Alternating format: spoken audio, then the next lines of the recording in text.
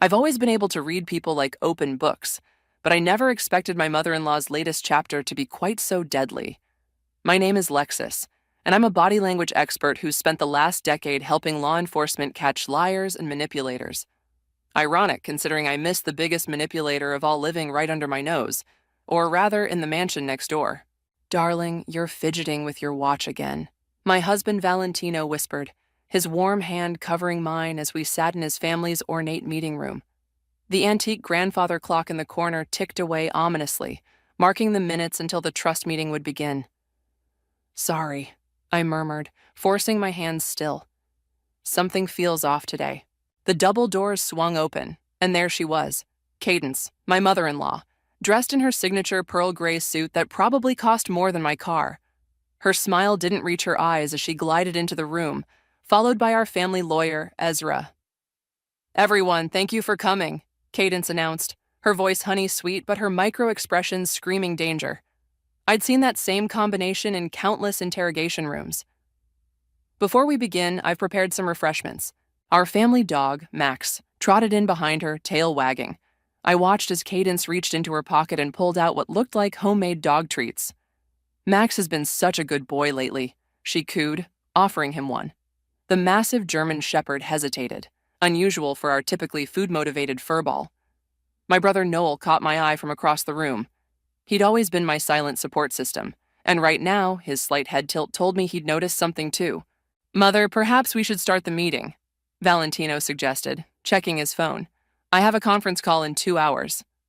Cadence's left eye twitched, a tell I'd documented countless times during our forced family dinners.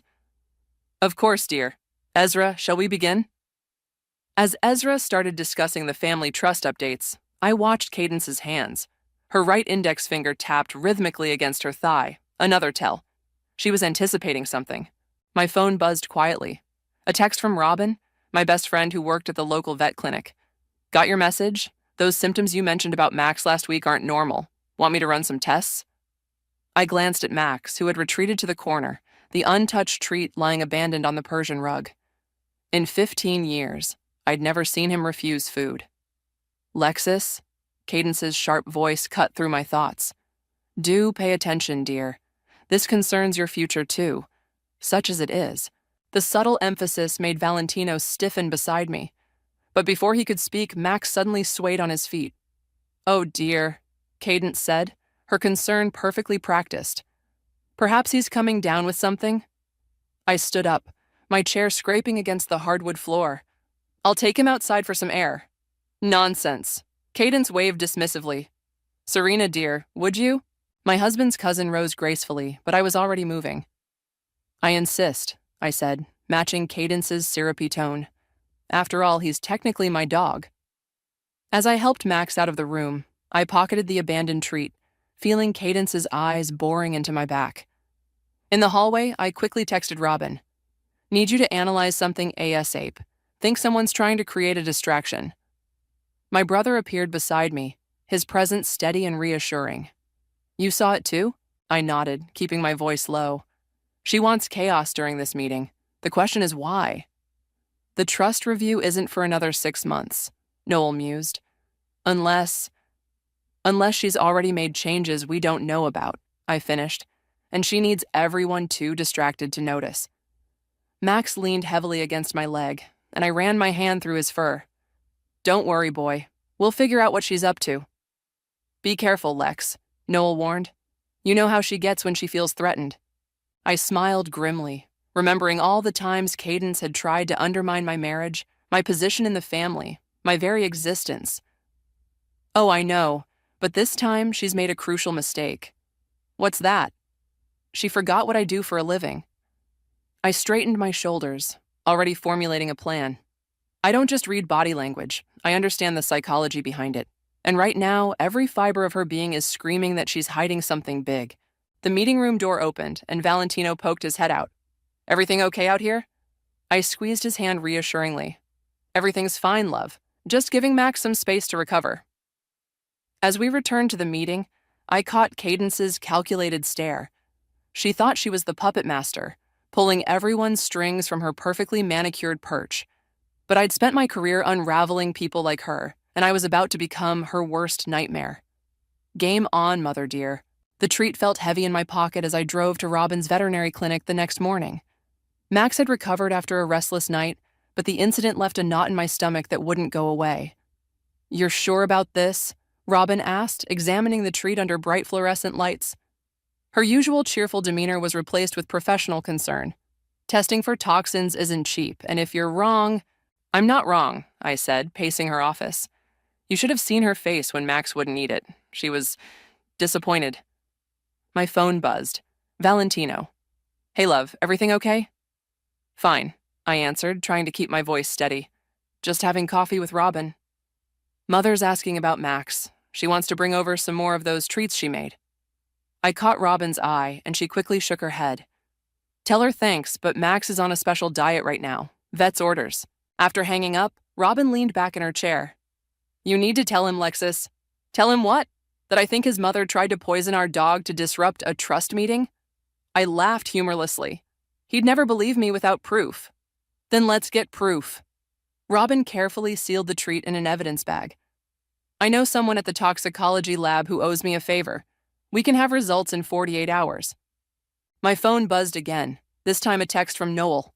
"Cadence just called. She's organizing an emergency family dinner tonight. Says she has wonderful news to share." "Perfect timing," I muttered, showing Robin the message. "You're not actually going, are you?" I grabbed my bag, already heading for the door. Of course I am, and I'm going to watch every single micro-expression on her face while she tries to play whatever game she's planning. "Lexus, wait. Robin caught up with me in the parking lot. You need backup. Let me come with you." "To a family dinner? She'll be suspicious." "Exactly. I'll be your control group." Robin grinned. "Besides, she's always trying to set me up with that creepy cousin of Valentino's. Might as well make it worth her while." That evening, Cadence's dining room was filled with the usual suspects. Serena sat next to Robin, practically preening under Cadence's approving glances. Noel positioned himself strategically between me and the matriarch, while Valentino chatted with Ezra about some legal matter. "Before we begin," Cadence announced, standing at the head of the table, "I want to apologize for yesterday's unpleasantness. How is Max doing, dear?" "Much better," I replied, noting how her right hand clenched slightly around her wineglass, "though we're being careful with his diet." "Such a shame," she sighed. "He used to love my homemade treats." "Speaking of treats," Serena chimed in, "Aunt Cadence, weren't you going to share some good news?" "Ah, yes." Cadence's face lit up with practiced enthusiasm. "I've decided to make some changes to the family trust. Nothing major, just updating it for the modern era." Beside me, Noel tensed. Under the table, I pressed my foot against his, our childhood signal for stay calm. "What kind of changes?" Valentino asked, frowning. "Oh, just ensuring the right people are taken care of," Cadence waved dismissively. "Ezra has been incredibly helpful in restructuring everything." I watched Ezra carefully. His fork paused halfway to his mouth for exactly 2 seconds, a hesitation that spoke volumes. "When were you planning to tell us about these changes?" I asked, keeping my tone light. Cadence's smile tightened. "I'm telling you now, aren't I? Unless you think you have some special right to advance notice." "Mother," Valentino warned, but I placed my hand on his arm. "Not at all," I said smoothly. "I'm just curious about the timing, considering the regular review isn't for months." "Well," Serena interrupted, "I think it's wonderful. Aunt Cadence always knows what's best for the family." My phone vibrated. A text from Robin. "Her pupils dilated when you mentioned the timing. She's hiding something big." "Actually," I stood up, raising my glass, "why don't we toast to these changes, to family, and to truth coming to light?" Cadence's glass trembled slightly as she raised it. "To family," she echoed, but her eyes were cold. Later that night, as Valentino and I drove home, he was unusually quiet. "You think something's wrong with the trust changes, don't you?" he finally asked. I chose my words carefully. "I think your mother is very protective of what she considers hers. She's just trying to take care of everyone." "Is she?" I turned to face him. "Or is she trying to control everyone?" Before he could answer, my phone lit up with a message from Robin. "Lab results tomorrow morning. Be ready." I squeezed Valentino's hand, hoping I was prepared for whatever tomorrow would reveal. Because one thing was certain, Cadence's perfect facade was starting to crack, and I needed to be ready when it finally shattered. The lab results lay on Robin's desk like a loaded gun. I read them 3 times before the words finally sank in. Thallium, Robin said quietly. Low dose, but enough to make a dog seriously ill without being immediately fatal. It's designed to cause distress over time. My hands shook as I pulled out my phone to call Noel. He answered on the first ring. Tell me. She did it, I said, my voice barely steady. We have proof. The treats were poisoned. Jesus Christ. There was a long pause. What's our next move? Meet me at Riverside Park in 20 minutes. Bring your laptop. Robin grabbed my arm before I could leave. Lexus, this is serious. We should go to the police. Not yet, I said. First, we need to understand why. This wasn't just about disrupting a meeting. It's bigger than that. The park was quiet this early in the morning. Noel was already there, sitting at our usual bench, his laptop open. I did some digging, he said as I sat down. Ezra's been making multiple visits to the estate over the past month. Late visits, off the books. Show me. He pulled up a series of security camera screenshots from the estate's gate. Ezra's car entering at 9 p.m., 10 p.m., sometimes even midnight. That's not normal legal counsel behavior, I muttered. There's more. Noel pulled up another window. I found this buried in the county records. Cadence filed for a trust amendment 3 weeks ago. My phone buzzed. Valentino. I ignored it. The timing matches when Max first started showing symptoms, I said. She needed a distraction big enough to keep everyone from asking questions about the trust changes. But why now? Noel asked. What's so urgent? Before I could answer, another text came through, this time from Serena. We need to talk. Alone. It's about Cadence. I showed Noel the message. Think it's a trap? Probably, but we need information. I agreed to meet Serena at a small cafe downtown. She was already there when I arrived, nervously shredding a napkin. I overheard something, she said without preamble. Last night after everyone left, Cadence was talking to Ezra about securing the inheritance before something expires. What expires? Serena glanced around before leaning closer. I don't know exactly, but she mentioned a deadline. Something about original trust conditions and a 30-year clause. My phone buzzed again. Valentino for the 3rd time. I finally answered. Where are you? He asked, worry evident in his voice. Mother's called another family meeting for this afternoon. She says it's urgent. Of course she does, I muttered. I'll be there. After hanging up, I turned back to Serena. Why are you telling me this? She looked down at her shredded napkin. Because I saw her making those treats. She was different, scary. And I may want my share of the inheritance, but not like this. Back at Robin's clinic, we huddled around her computer, searching for information about the original trust. There, Noel pointed at the screen, the 30-year clause. The original trust was set up by Valentino's grandfather with a condition. After 30 years, if certain requirements weren't met, the entire estate would go to charity. And let me guess, Robin said, that deadline is coming up? Next month, I confirmed. Cadence is trying to rewrite the trust before it triggers. My phone lit up with another text, from Ezra this time. Need to speak with you privately. It's about the trust changes. Meet me at my office? It could be another trap, Noel warned. Or it could be our chance to get actual proof, I countered. Ezra's been acting strange. Maybe he's having second thoughts. I'm coming with you, Noel insisted. At Ezra's office, we found him pacing nervously. I can't be part of this anymore, he blurted out as soon as we entered. The changes she wants, they're not just modifications. She's trying to completely override the original trust. Show me, I demanded. He pulled out a thick folder. The original trust required the inheritance to be used for family unity and charitable works. Cadence's changes would give her complete control, with no obligations. And the 30-year deadline? Ezra's head snapped up. How did you... We know about the clause, Noel interrupted. What we need is proof of what she's doing.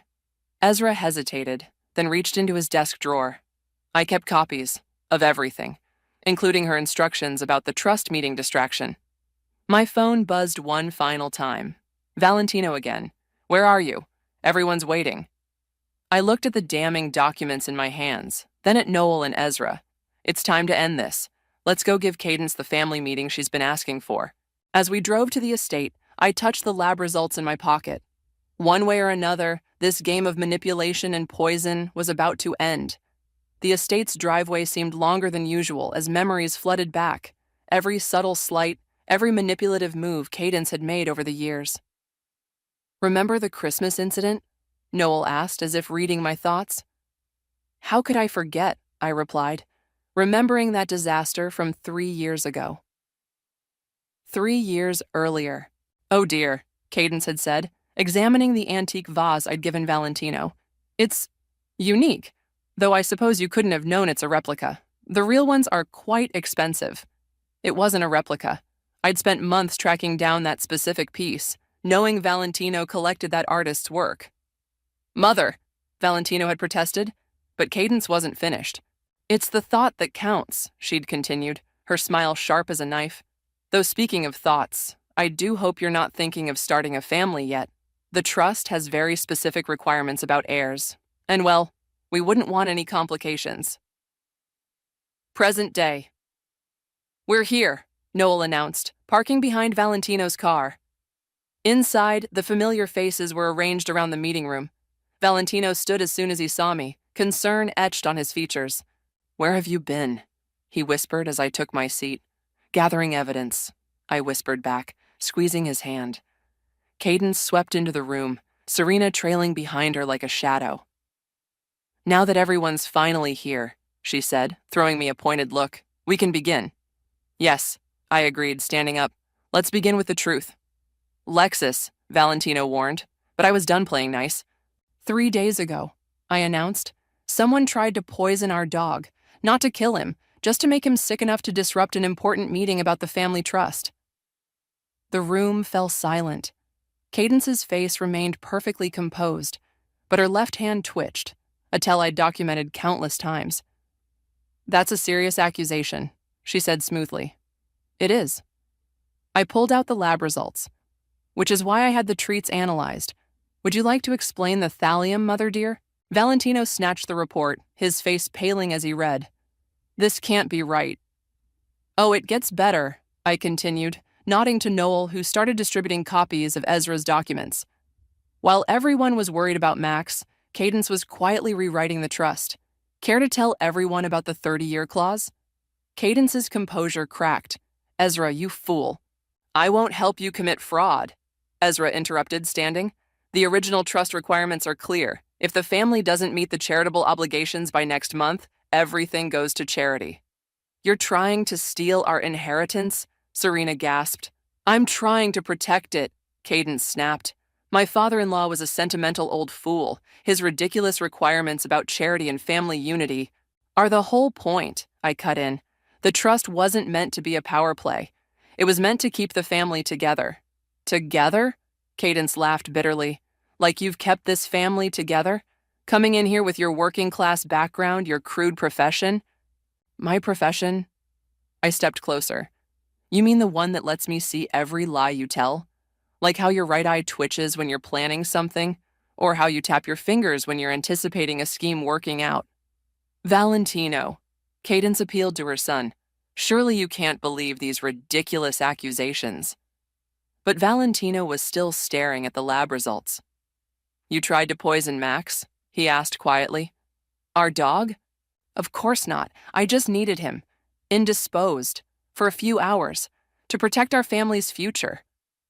By committing fraud? Noel asked. By poisoning innocent animals? Everything I've done has been for this family. No, I corrected her. Everything you've done has been for control. But here's what's going to happen now. You're going to step down as trustee, or these documents go to the police. All of them. The room erupted in chaos. Serena was crying. Ezra was trying to explain himself to Valentino, and Cadence just stood there, her perfect world crumbling around her. You'll regret this, she hissed as she walked past me. Actually, I replied, loud enough for everyone to hear, I think the only regret here is that it took us this long to stop you. As the dust settled, Valentino pulled me aside. Why didn't you tell me sooner? Would you have believed me? He looked away, and I had my answer. The trust meeting is in 2 days. Noel reminded everyone. We need to decide how to move forward. I watched as Cadence stormed out, Serena hurrying after her. The battle was won, but something told me the war was far from over. We'll figure it out, I told Valentino, watching his conflicted expression. Together. But as we left the estate, I couldn't shake the feeling that Cadence had one more card to play. After all, cornered predators are the most dangerous kind. The morning of the trust meeting arrived with an unexpected text from Serena. Emergency. Meet me at the coffee shop on 5th. Now. It's a trap, Robin said when I called her. Has to be. Probably, I agreed. But I need to know what Cadence is planning. The coffee shop was quiet when I arrived. Serena sat in a corner booth, her designer handbag clutched tight against her chest. She's gone crazy, Serena blurted out as soon as I sat down. Like, actually crazy. She was up all night shredding documents and making calls. What kind of documents? I don't know, but she stopped abruptly, staring at something behind me. I turned to see Cadence herself walking through the door, followed by 2 men in suits.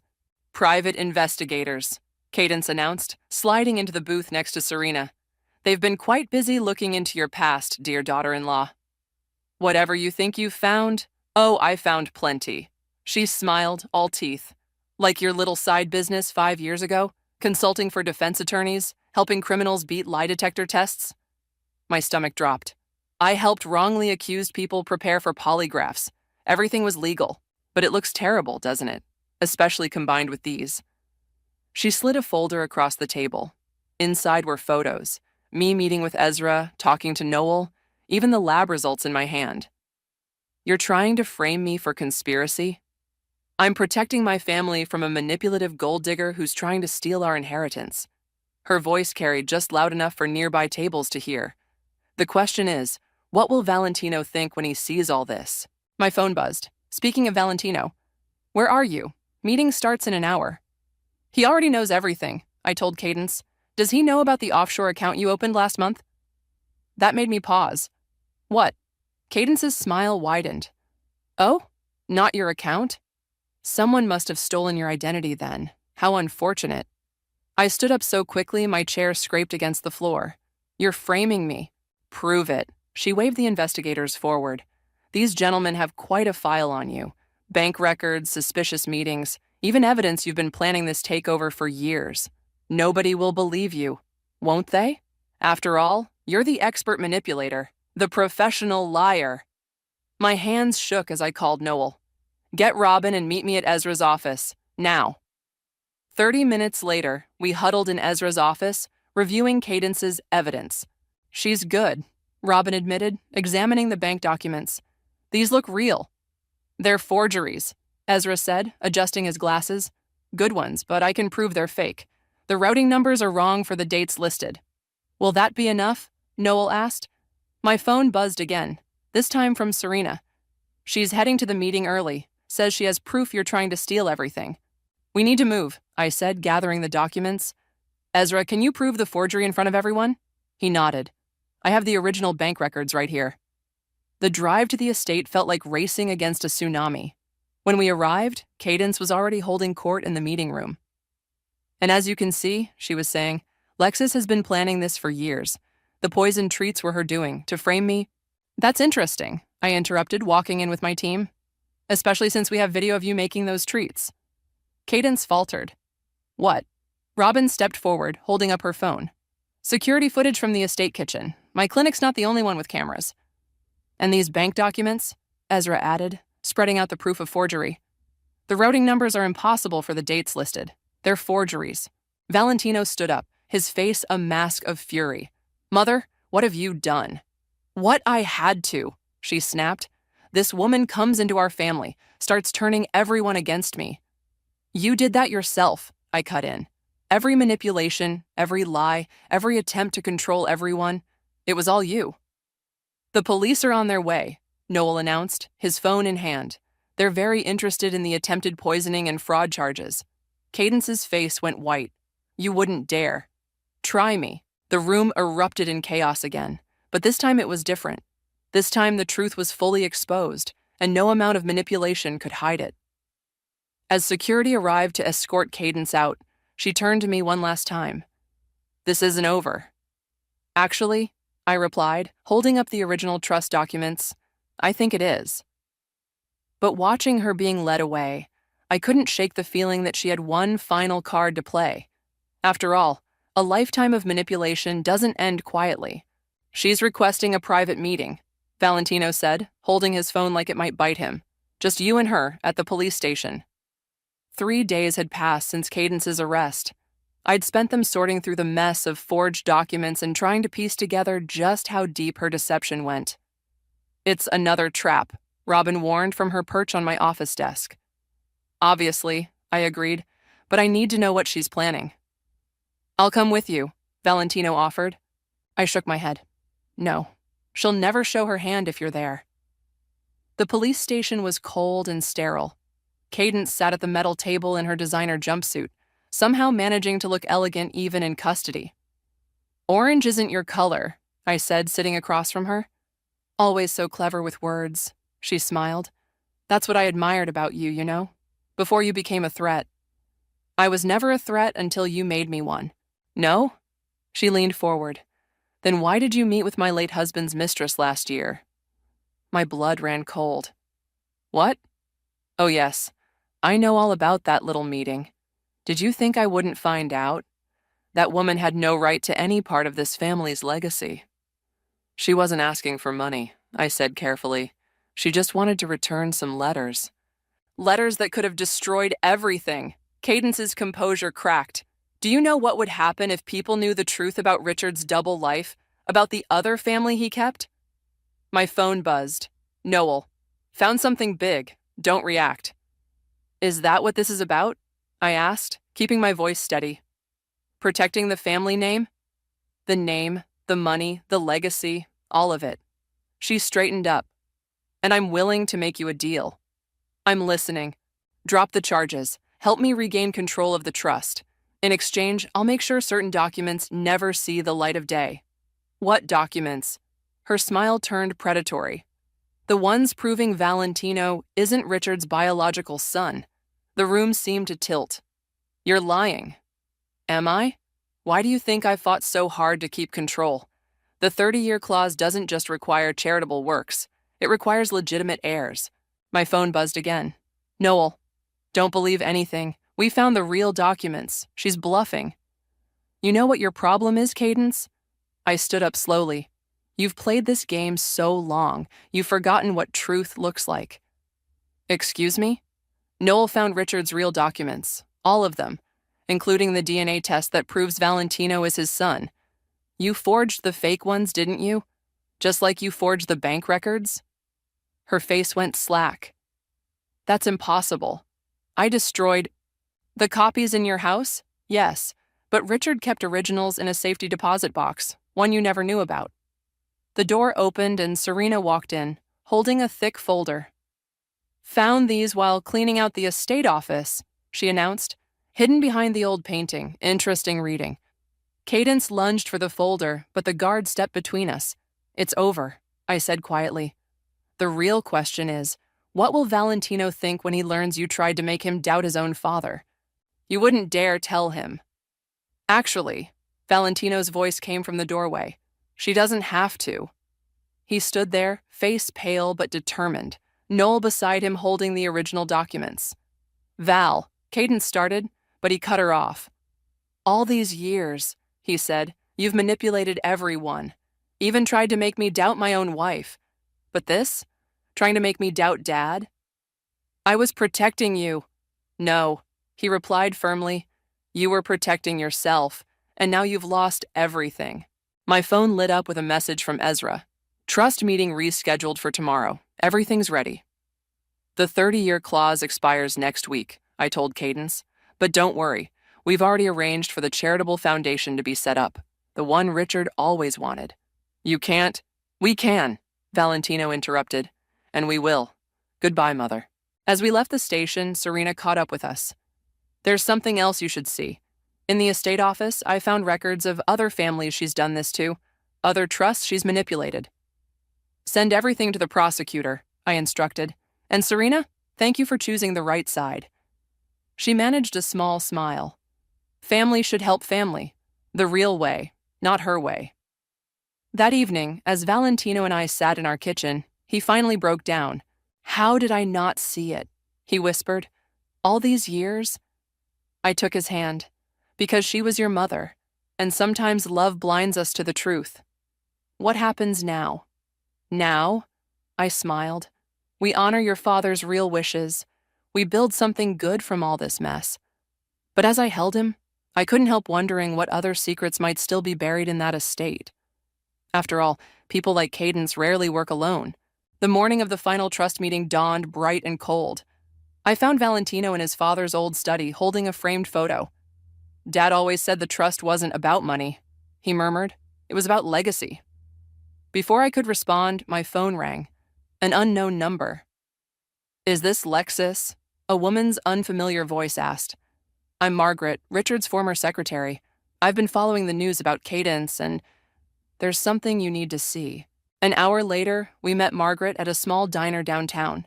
She looked exactly like a retired secretary should, neat, professional, and carrying a weathered briefcase. "I kept these," she said, pulling out a stack of letters. "Richard asked me to, in case something like this ever happened." The letters were correspondence between Richard and various charities, dating back decades. Plans for foundations, scholarship programs, community centers, all carefully documented. He knew, I realized. He knew Cadence would try to stop this. Margaret nodded. "That's why he put in the 30-year clause. He wanted to give the family time to choose the right path on their own." "But why didn't you come forward sooner?" Valentino asked. "Because of this." She pulled out one final envelope. "It's addressed to you, dated a week before he died." Valentino's hands shook as he opened it. "My son," he read aloud, "if you're reading this, then the trust is about to expire and choices must be made. Your mother will try to convince you that wealth is about power. She's wrong. It's about responsibility." His voice cracked. I squeezed his hand as he continued. "I've watched you grow into a man who understands this. You and Lexus both. That's why I made sure she would be here when the time came. Trust her instincts. She sees what others try to hide." "He knew about me?" I whispered. Margaret smiled. "He had you vetted before you even met Valentino. Said he needed someone who could stand up to Cadence when the time came." My phone buzzed. "Noel. Everyone's arriving at the estate, including some unexpected guests." At the estate, we found the meeting room packed. Ezra stood at the front looking nervous. Serena sat with Robin, both reviewing documents. But it was the group of strangers that caught my attention. "Representatives from the charities Richard worked with," Margaret explained, "all part of his plan." Suddenly, the doors burst open. Cadence strode in, flanked by two lawyers. "I'm still a beneficiary," she announced. "I have the right to be here." "Actually," Ezra stepped forward, "according to these new documents, you forfeited your rights when you attempted to fraudulently alter the trust. You can't prove—" "We can," I interrupted, holding up Richard's letters. "Your late husband left quite a paper trail." "Impossible. I destroyed everything." "Not everything," Margaret said, standing. "Hello, Cadence. Remember me?" Cadence's face went white. You were supposed to be gone." "Richard asked me to stay, to watch, to wait." "This is ridiculous," one of Cadence's lawyers started, but Ezra cut him off. "The terms are clear," he announced. "With proof of attempted fraud, Cadence's claim is void. The 30-year clause activates as Richard intended." "No!" Cadence lunged for the documents, but security was faster. "Mother, stop," Valentino said quietly. "It's over. This is what Dad wanted." As Cadence was led away again, screaming about betrayal, I opened Richard's file of charity plans. He had it all mapped out, I told the representatives. Education programs, medical research, community development, everything detailed and ready to go. "Then let's honor his wishes," Valentino said firmly. "All of them." The next hour was a blur of signatures and handshakes. The trust would fund the charitable foundations while maintaining the family estate as a base of operations. Valentino would oversee everything, with me handling the investigative side to prevent any future fraud attempts. "Your father would be proud," Margaret told Valentino as she prepared to leave. "Of both of you." After everyone left, Valentino and I stood in Richard's study, looking at his photo. He orchestrated all of this, I mused. Found me, positioned everyone just right. Like a chess master, Valentino agreed. But why didn't he stop Mother himself? Because he knew the family had to choose its own path. We had to prove we were better than her manipulation and greed. My phone lit up one last time. A message from an unknown number. Well played, but family secrets have a way of surviving. Good luck. I showed it to Valentino, who frowned. Think it's from Mother? No, I said slowly. I think someone else has been watching, and I have a feeling our work isn't quite finished yet. After all, in families like this, there's always another secret waiting to be uncovered. The mysterious text message kept me awake that night. At dawn, I found myself back in Richard's study, searching for anything we might have missed. I thought I'd find you here, Noel said from the doorway. You never could leave a puzzle unsolved. Something's not adding up, I muttered, running my fingers along the bookshelf. Margaret knew too much. She was too perfectly positioned. My phone rang. Robin. Turn on the news. Now. I grabbed the remote, flicking on the study's TV. The headline made my heart stop. Former secretary arrested in multi-million-dollar trust fraud scheme. Margaret wasn't Richard's only secretary, the reporter announced. She worked with multiple wealthy families, helping orchestrate trust manipulations across the country. She played us, I breathed. Not exactly, a familiar voice said. We spun around to find Serena in the doorway, holding a laptop. I've been doing some digging. Margaret worked for Richard, that's true, but she also worked for someone else we know. She turned the laptop around, showing an old photograph. Margaret, 20 years younger, standing next to a smiling Cadence. They were partners, Serena explained. Margaret would help families set up trusts. Then Cadence would come in later as a financial advisor to help manipulate them. My phone buzzed. Valentino. Found something in Dad's safe. Come quickly. In the master bedroom, Valentino stood holding a USB drive. It was behind a false panel. Dad left a video. We gathered around his laptop as Richard's face appeared on screen. He looked tired but determined. If you're watching this, he began, then Margaret has probably shown up with my letters. Don't trust her. She and Cadence have been working together for years, using family trust to fund their own schemes. I played along, pretending to be fooled while gathering evidence. That's why he set up the 30-year clause, I realized. He was building a paper trail. The real documents are in a safety deposit box, Richard continued. Box 247 at First National. The key is taped under my desk drawer. Everything you need to expose their entire operation is there. Valentino paused the video. We need to move fast. Already on it, Noel said, hanging up his phone. Police are heading to Margaret's last known location. At the bank, the safety deposit box revealed decades of evidence. Photos, recordings, bank statements showing millions flowing through shell companies. Look at this, Serena pointed to a document. They didn't just target our family. There are dozens of victims. My phone lit up, another unknown number. Smart girl, but can you prove any of it before the money disappears? They're watching us, I showed the others. They know we found the evidence. Then let's give them something to watch, Valentino said grimly. We staged a show of leaving the bank empty-handed, while Noel secretly transferred the documents to the FBI. Within hours, accounts were frozen and arrests were being made across the country. Back at the estate, we found Cadence waiting in Richard's study. I have to admit, she said quietly, I underestimated you, both of you. Why? Valentino asked. Why do this to your own family? Family? She laughed bitterly. Family is just a tool, dear. Richard knew that. Why do you think he married me in the first place? Because he needed to expose your operation, I realized. He married you to protect other families from you. Her smile faltered. He told you? He told us everything, Valentino said, in his video confession, the one we just sent to the FBI. The sound of police sirens grew louder outside.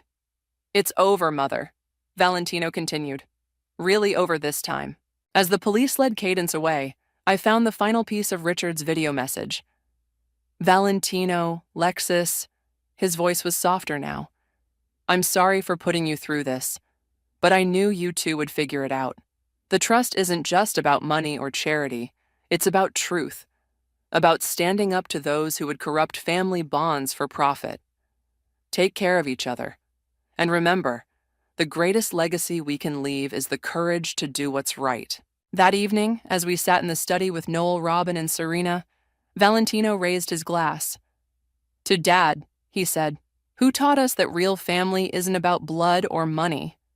"To Richard," we echoed. My phone buzzed one final time.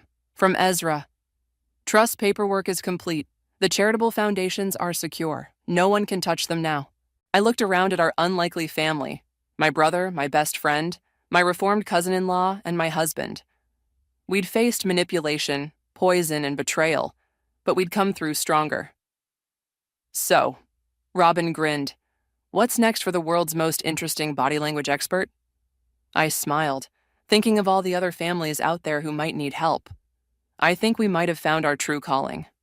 After all, some legacies are worth fighting for.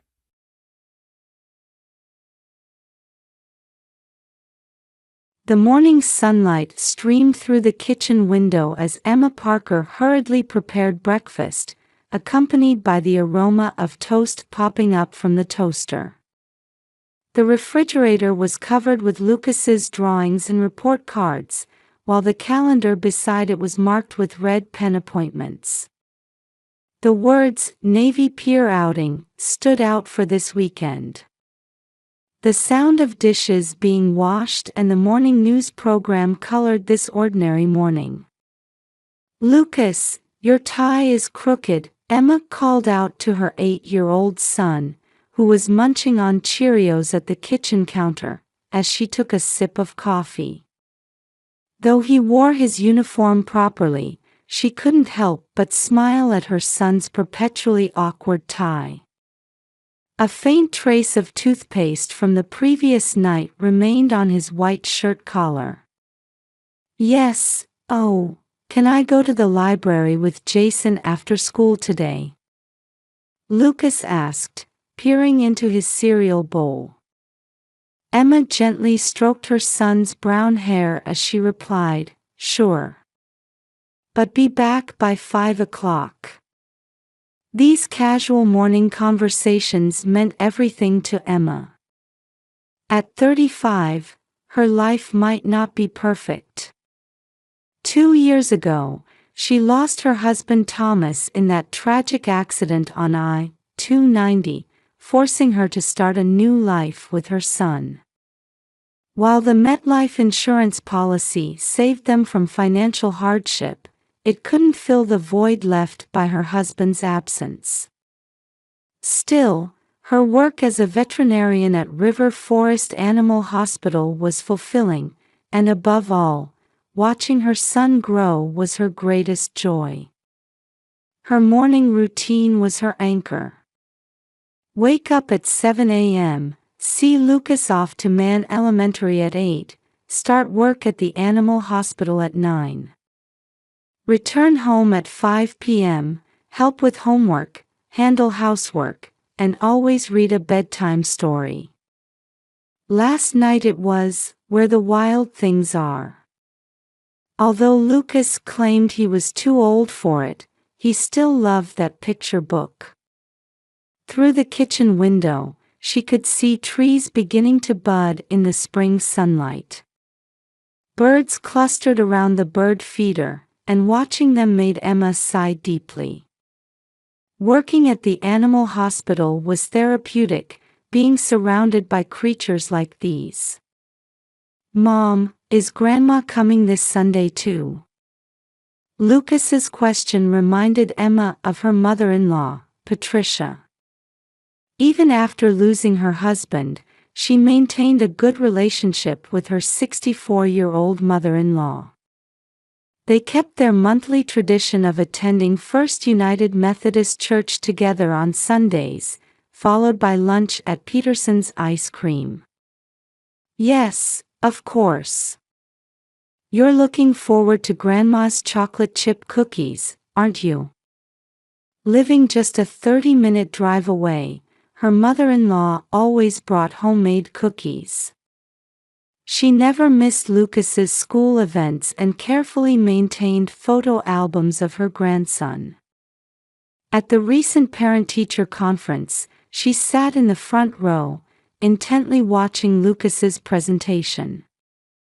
They always spent Christmas and Easter together, occasionally catching up by phone. If anything, their bond had grown stronger since her husband's death. Soft spring light filtered through the windows of their single-family home in Oak Park's upscale neighborhood. The morning bustle had already begun in the neighborhood, with the sounds of children heading to school. Next door, Mrs. Thompson was watering her front garden flowers as usual. She was always a reliable presence, happy to look after Lucas when needed. On the living room wall hung a family photo from 2 years ago. There was her husband, holding a younger Lucas. The three of them wore seemingly eternal happy smiles. Emma made it a habit to say, "Good morning," to that photo every day. "Well, ready for school? Let me fix that tie for you." As Emma adjusted Lucas's tie, she looked forward to this new day.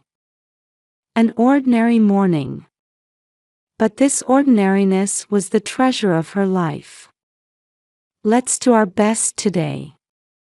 Mother and son's morning flowed quietly and surely, as always. Outside the window, a spring breeze gently rustled the trees, announcing the arrival of a new season. It was 2 p.m. on Saturday. Early summer sunlight poured down on Oak Park's quiet residential street. Through Emma's large bay window, she could see neighborhood children riding their bicycles back and forth. Beyond the wind-stirred curtains, young maple leaves sparkled in the light. In the living room, Lucas was absorbed in his new Nintendo game. Emma couldn't help but smile as she watched her son's body sway on the sofa with each jump of the on-screen character. The scent of fabric softener from the freshly hung laundry enveloped this peaceful weekend afternoon. "Mom, look! I cleared level 3. Emma looked up from the household accounts she was working on at the dining table at her son's proud voice. "That's wonderful," she replied while checking tomorrow's schedule. Sunday would be their usual church and lunch date with her mother-in-law.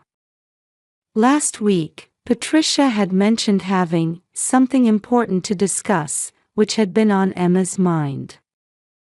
Looking up at the family photo from 2 years ago on the wall, Emma let out a small sigh. Her husband in the photo wore a smile that seemed about to speak at any moment. 2 years since the accident. Life had changed dramatically since receiving news of that multiple car crash on I-290. But somehow, they'd made it this far. "Mom, I'm hungry." Just as Emma was about to head to the kitchen at Lucas's voice, it happened. A sudden phone ring cut through the peaceful afternoon air. The screen showed her mother-in-law's name. Usually a call from her brought warm feelings, but today something felt different. She noticed her hand trembling slightly as she picked up the receiver. "Hello, Patricia. Why aren't you at my grandson's funeral?" The voice that came through the receiver was unlike anything she'd ever heard from her mother-in-law before. A cry trembling with anger and deep sorrow. Emma's spine froze. What do you mean?" She tried desperately to understand the situation through her confused mind. The music from the game console. The sound of bicycles rushing past outside the window. Everything began to lose its sense of reality. "It's your grandson's funeral, why aren't you here?" Emma instinctively looked at Lucas on the sofa. Her son was still absorbed in his game, occasionally letting out cheers. His presence suddenly felt very distant. "Patricia. Lucas is right here." On the other end of the line, her mother-in-law's voice broke off. A sudden silence. That silence only amplified Emma's anxiety. "Hello? Patricia?" No response. Only the faint sound of her mother-in-law's rough breathing could be heard. Then, suddenly, the call ended. Emma's hands were shaking. She tried redialing several times, but her mother-in-law wouldn't answer. Various possibilities raced through her mind. Her mother-in-law had been feeling under the weather lately. But was this just a health issue? The wall clock showed 2:45 p.m. Emma stood up and looked outside. The streetscape was unchanged as always. Yet everything looked different now. "Mom?" Brought back by Lucas's voice, Emma quickly sprang into action. First, she called Mrs. Thompson next door. The kind neighbor in her 60s was always reliable when it came to looking after Lucas. "Mrs. Thompson, I have a sudden favor to ask." 15 minutes later. Mrs. Thompson stood at the doorway in her gray cardigan, wearing a worried expression. "Lucas, Mommy needs to go check on Grandma." "Stay with Mrs. Thompson, okay?" "Okay, but what's wrong with Grandma?" Emma smiled gently at her son's worried expression. "Everything's fine. I'll be back soon." She put her phone and wallet in her bag and grabbed her car keys. Looking up at the sky after noticing the umbrella by the entrance, she saw that the afternoon's clear skies had given way to gathering clouds.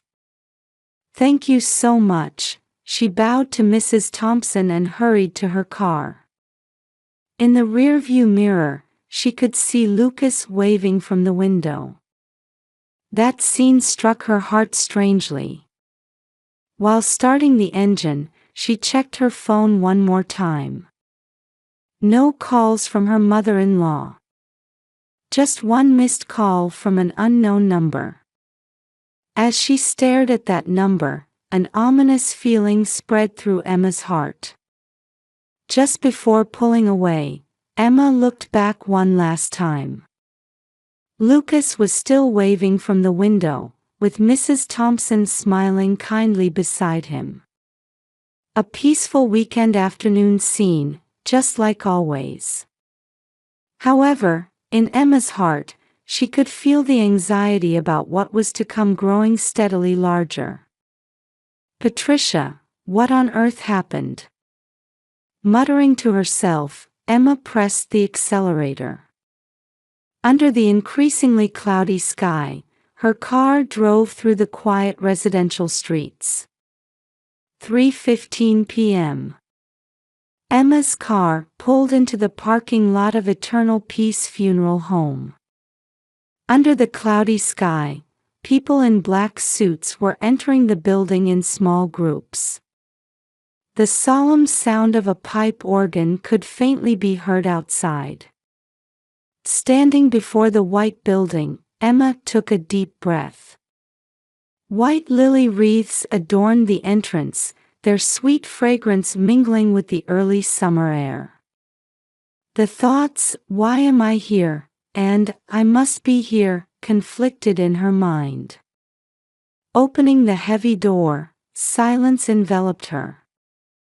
Small groups of strangers stood in the lobby. Their eyes, dressed in black, turned toward Emma. She recognized no familiar faces among them. Yet a strange sense of déjà vu stirred in her heart. After receiving directions at the reception, Emma made her way to the chapel. The pipe organ music grew louder, and the hymn, Amazing Grace, resonated throughout the grand space. She paused momentarily before the chapel doors. Her hand trembled slightly as it touched the doorknob. Opening the door, she saw a white casket at the front. White and pink roses overflowed around it, their fragrance filling the room. The attendees slowly turned around, and new gazes fell upon Emma. Those gazes held both surprise and confusion. "She looks just like that child." Someone's whisper reached her ears. Emma's feet naturally moved toward the casket. One step, then another. Like walking in a dream. Her heartbeat echoed loudly in her ears. And then, the moment she stood before the casket, Emma's breath stopped. A boy lying peacefully in the casket. Brown hair.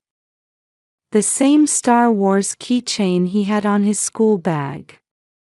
And that distinctive bridge of the nose. As if Lucas were sleeping there. Exactly like Lucas. Yet somehow different. A subtle but definite difference was there. Emma. Turning to the voice behind her, there stood her mother-in-law with a tear-stained face. Patricia's hands were shaking, her eyes brimming with sorrow. Beside her stood an unfamiliar middle-aged couple. "Let's talk in another room." Patricia took Emma's hand.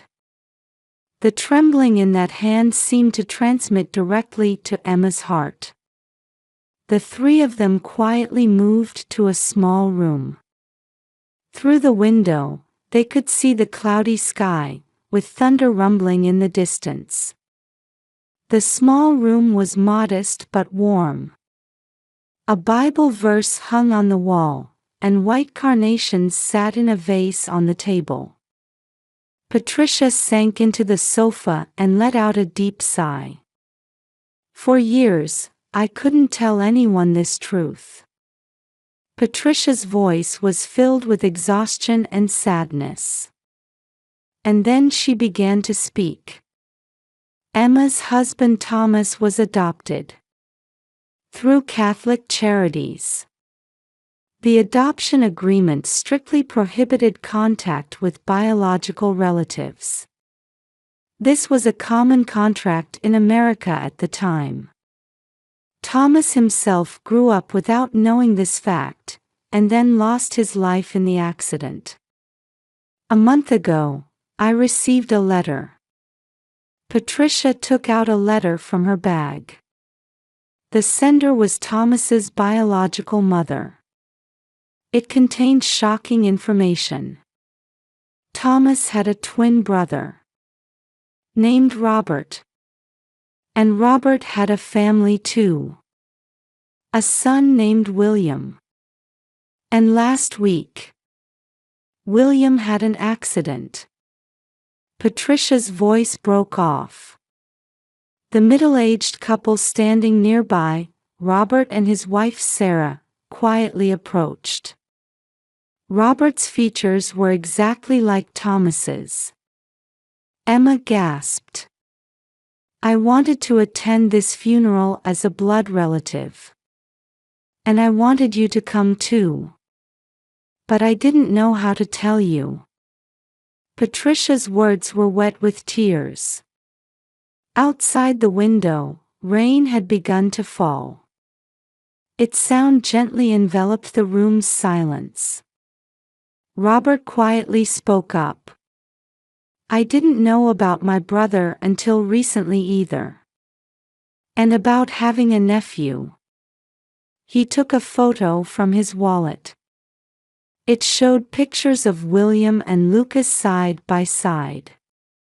Two boys who looked like mirror images.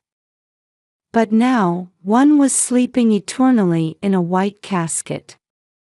"As long as we live," people are bound to meet again," Sarah whispered quietly. Everyone in the room nodded deeply at those words. Outside the window, the rain had become heavy, moistening the earth like tears from heaven. Emma clutched the cell phone in her pocket. At home, Lucas was waiting for her. The death of a boy with the same face. The existence of a hidden family.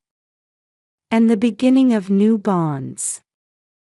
Everything was chaotic, yet somehow settled into her heart with a strange sense of acceptance. "When I get home, how should I explain this to Lucas?"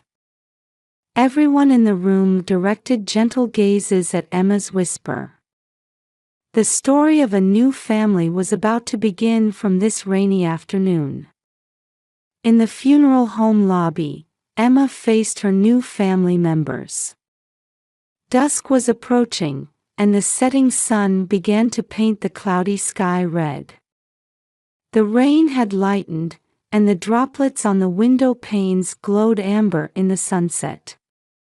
"This is the last drawing William made." Sarah held out a piece of paper showing an amusement park visit drawn in a childlike style. A Ferris wheel, merry-go-round, and a smiling family holding hands. Emma caught her breath.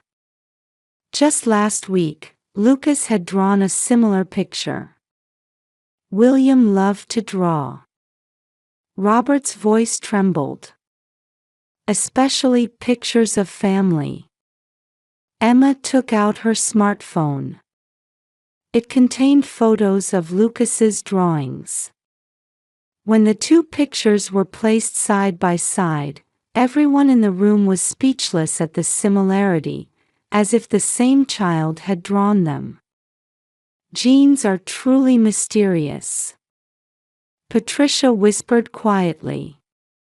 The air in the room seemed to freeze for a moment at those words. Thomas and Robert were separated when they were 6 months old. Patricia took out a photograph from an old envelope.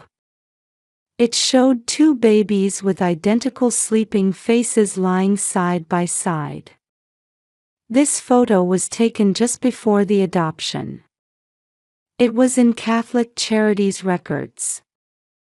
"Our parents were severely ill and couldn't take care of both of us."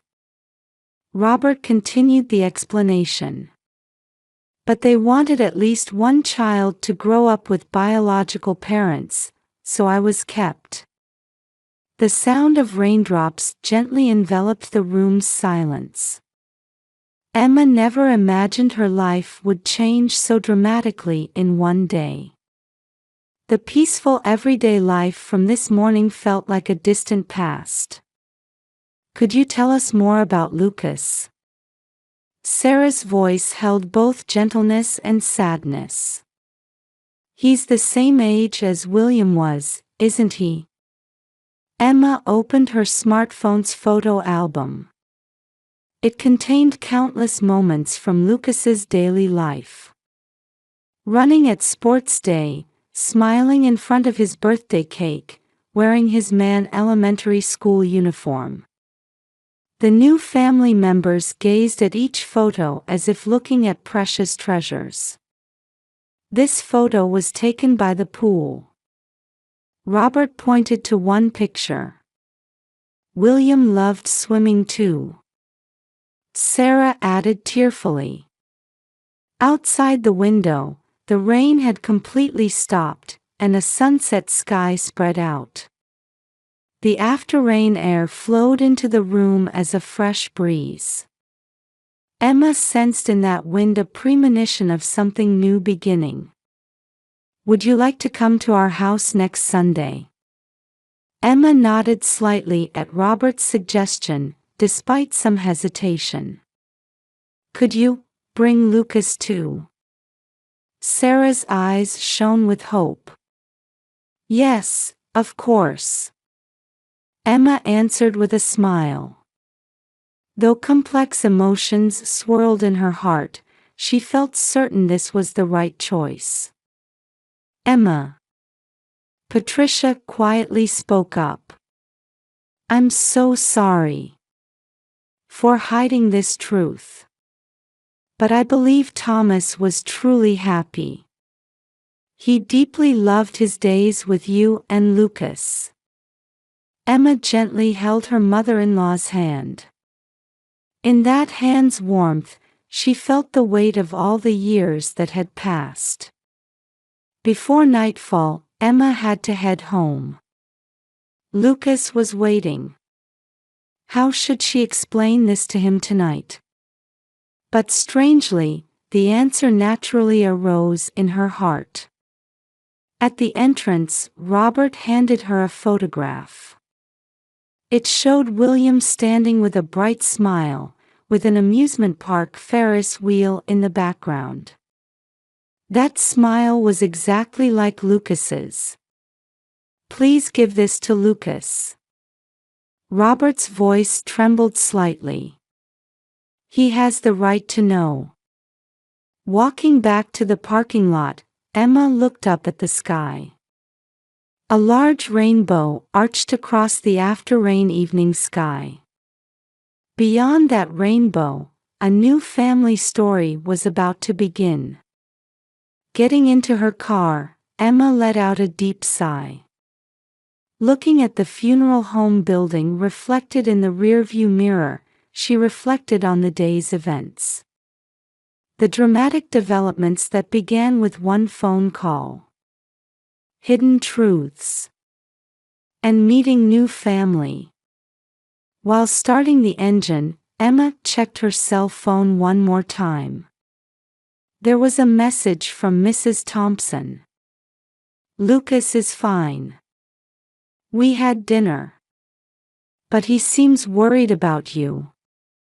As she typed a reply, a tear rolled down Emma's cheek. Was it a tear of sadness, joy, or relief?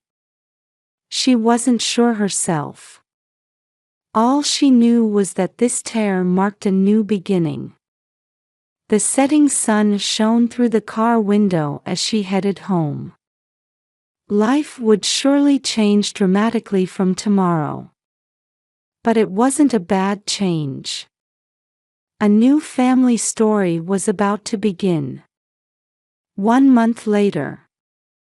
New photographs had been added to the living room wall in Emma's house. Pictures of Lucas and William hung side by side, next to a new family photo. Taken after church service, it showed Patricia, Robert, Sarah, Lucas, and Emma. Everyone wore gentle smiles. Robert's family had joined their monthly gatherings. Lucas chatted happily with his new aunt and uncle over Patricia's homemade cookies. Sometimes, when memories of William came up, the room would grow quiet. But it wasn't a sad silence, it was a warm moment of remembering someone precious. "Hey, Mom." One night during their bedtime story routine, Lucas asked, "Do you think William and Dad have met in heaven?" Emma hugged her son tightly. "I'm sure they have. And they're both watching over us." Outside the window, early summer stars twinkled. Emma thought to herself, life sometimes takes unexpected turns. But there's always new light waiting ahead. Just like her family now. The family photos on the wall smiled quietly, illuminated by soft light.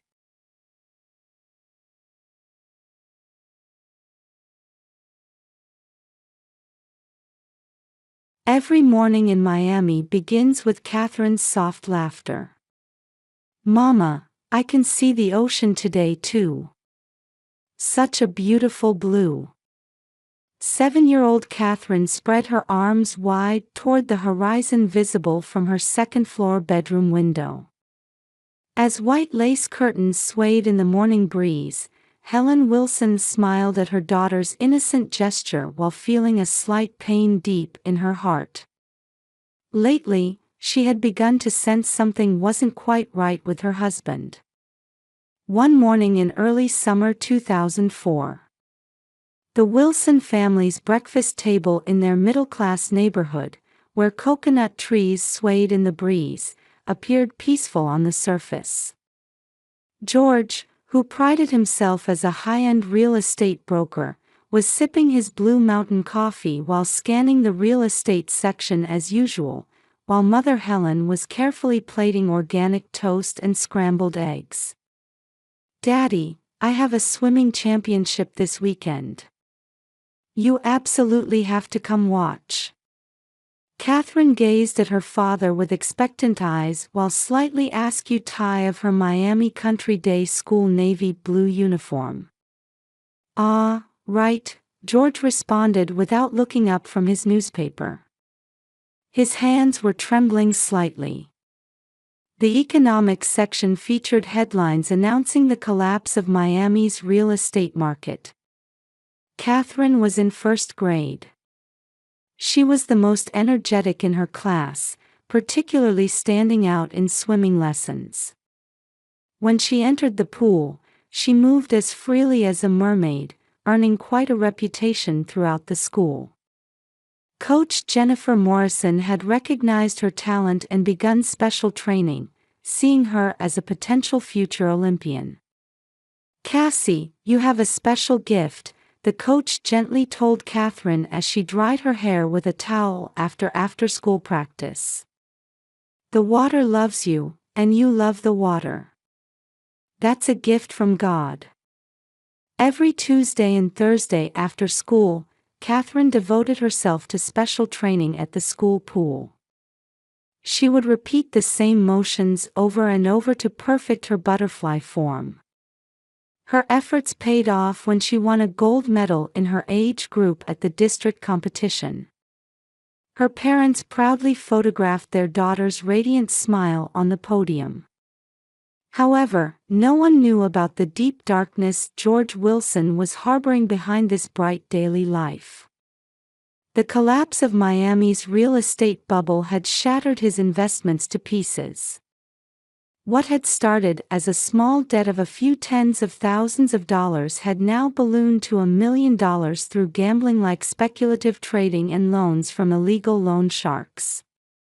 At night, the atmosphere in the house changed completely. "I can't take it anymore, everything's over," George would moan, rolling an empty whiskey bottle on the living room's luxury leather sofa. His once confident gaze was now hollow, bearing no resemblance to his former self. Though Helen was bewildered by her husband's rapid transformation, she desperately tried to maintain a smile in front of their daughter. Increasingly, Catherine would wake up in the middle of the night to the sound of her parents arguing. How did it come to this? Her mother's sobs. "Shut up. What do you know?" her father's shouts. Each time, Catherine would curl up small under her blanket and bury her face in her pillow. "Hey, Mama," Catherine asked her mother one quiet night in bed. "When I grow up, I want to be a ship captain." What a wonderful dream," Helen answered while gently stroking her daughter's golden hair. Moonlight cast soft shadows in the room. "Yes. Because when I'm in the ocean, I can forget everything. When I'm in the water, I can't hear Papa and Mama's voices." That innocent confession tightened Helen's heart. Her young daughter had keenly sensed the family's strain. She held her daughter tightly, holding back tears. The frequency of doorbell rings increased. Unknown men wearing black sunglasses would visit for business meetings with her father.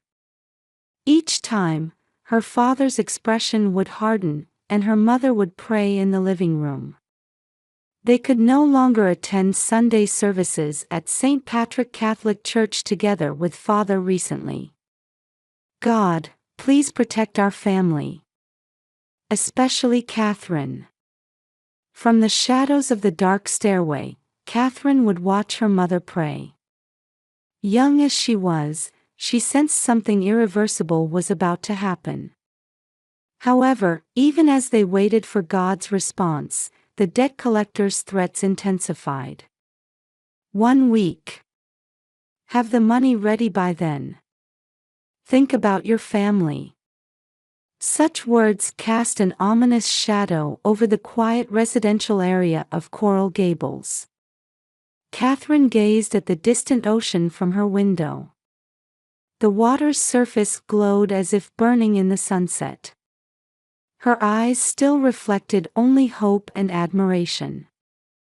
Sunday morning, August 15, 2004.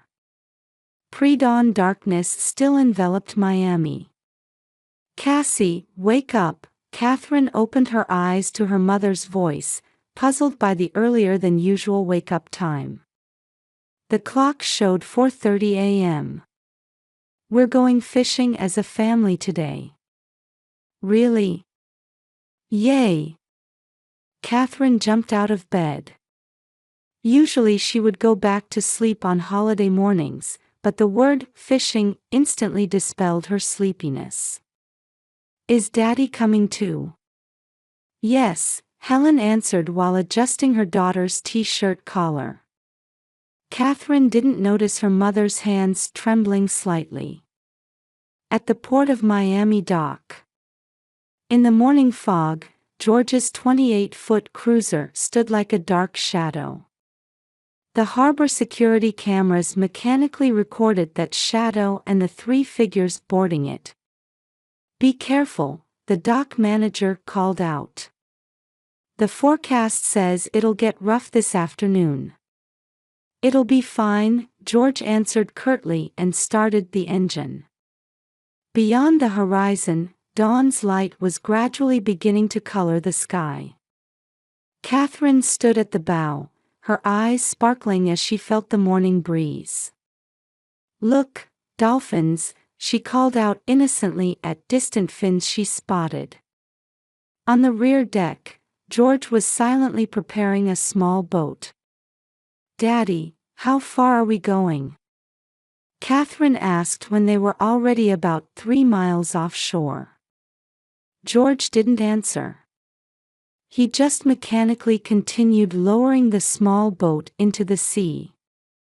Cassie, come here. Catherine obeyed her father's voice and moved to the small boat. We're going to get bait, wait here. That's when she first felt something was wrong. Her father's eyes weren't looking at her. Her mother was crying. Mama. The engine sound grew distant. The small boat had no engine. Papa. Mama. Catherine's screams were absorbed into the morning fog. Where are you going? Wait. The cruiser grew smaller and smaller. The last thing she saw was her mother's back clinging to the railing, and her father's hard expression as he steered without looking back once. Time passed. The sun rose and began illuminating the sea's surface. The small boat slowly rotated, rocked by the waves. The 7-year-old girl had no idea where she was or even which direction was which. God. She repeated prayer words learned at church with trembling lips. Sweat poured out. Her throat was parched. Her eyes hurt. The wave's swells made her nauseous. It was around noon. As her consciousness began to fade, Catherine witnessed a strange sight. She thought she saw a woman who looked like her mother emerge from the water's surface. Little girl. She heard a voice. This time it was definitely a human voice. When she opened her eyes, a large fishing boat was anchored next to her boat. Are you all right? Captain Michael Brown had been fishing these routes for 25 years. Today, too, he was supposed to take his usual route, but somehow felt like going in a different direction and changed course. The veteran captain's intuition saved a young girl's life in that moment. There had been reports of suspicious small boats in the area recently, Michael explained to the Coast Guard. I'd reported to the police several times myself. I never thought. When rescued, Catherine had a high fever. Her 7-year-old body was near its limit after drifting for over 8 hours under the blazing sun. But she was alive. At the Miami Coast Guard base, Michael quietly whispered beside Catherine as she lay on a stretcher. "It's okay. You're safe now." At those words, Catherine cried for the first time. With a trembling voice, she answered, "Thank you, Captain." On the way to the base, wrapped in a rescue blanket, Catherine stared at Michael's uniform epaulets. There shone the proof of Captain she had dreamed of. Ironically, her encounter with ships had come about in the worst possible way. However, Catherine didn't yet know that this harsh experience would chart a new course for her life. Miami police immediately launched a large-scale investigation. The media competed to report the incident, and the city was shocked. While headlines like "Parents Abandon Their Beloved Child," "Miracle Return in Miami Bay," and "7-year-old Girl's 8-hour Battle for Life" danced across papers, Catherine quietly gazed at the ocean from her hospital bed. "You want to be a captain?" Mary, her assigned nurse, gently asked. "Yes," Catherine nodded slightly. "But right now, I'm a little scared." "It's natural to be scared. But remember, you might be a child chosen by the sea." Those words were deeply etched in Catherine's heart. On a summer morning in Miami, Catherine greeted a new day in a mansion on Fisher Island. "Good morning, Cassie," Elizabeth Hamilton smiled peacefully while preparing breakfast on the terrace. A sweet pancake aroma wafted from the outdoor kitchen, while the distant sound of tour boats echoed. 3 months had passed since the incident. "Good morning, Aunt Elizabeth." Elizabeth showered deep affection on Catherine, whose golden hair reminded her of her own daughter Sarah, who had died at age 14. Elizabeth's husband Robert watched Catherine's condition while reading the newspaper. The businessman, dubbed the Sage of the Maritime World by Forbes magazine, had immediately volunteered with his wife to be foster parents. "There's something we can do," he had said when making that decision. Captain Michael Brown was also at the breakfast table. It had become his habit to visit this house every weekend and tell Catherine stories about navigation. "Remember the first words you said to me that day?" "Yes." "Thank you, Captain." "That's right. The light in your eyes then. It wasn't just fear. There was hope too." The process of trauma care wasn't smooth. She often woke from nightmares in the middle of the night, and especially couldn't sleep on stormy nights. Through twice-weekly sessions with Dr. Sarah Cohen at the Miami Shores Wellness Center, Catherine gradually faced her past. "Are you afraid of the ocean?" Dr. Sarah asked one day. "No," Catherine answered while gazing out the window. "The ocean didn't try to kill me. The ocean led me to my new family." The trial of her birth parents didn't lead to criminal charges due to insufficient evidence. However, the court immediately stripped them of parental rights and approved the Hamiltons as foster parents. God's guidance, Elizabeth said tearfully. New semester at Miami Country Day School. Letters from classmates were placed on Catherine's desk. Welcome back, Cassie. Our mermaid has returned. However, she no longer entered the pool. Instead, she devoured books about maritime shipping in the library. She particularly favored books about merchant marine studies and business management. The librarian's eyes softened at this strange 7-year-old's intellectual curiosity.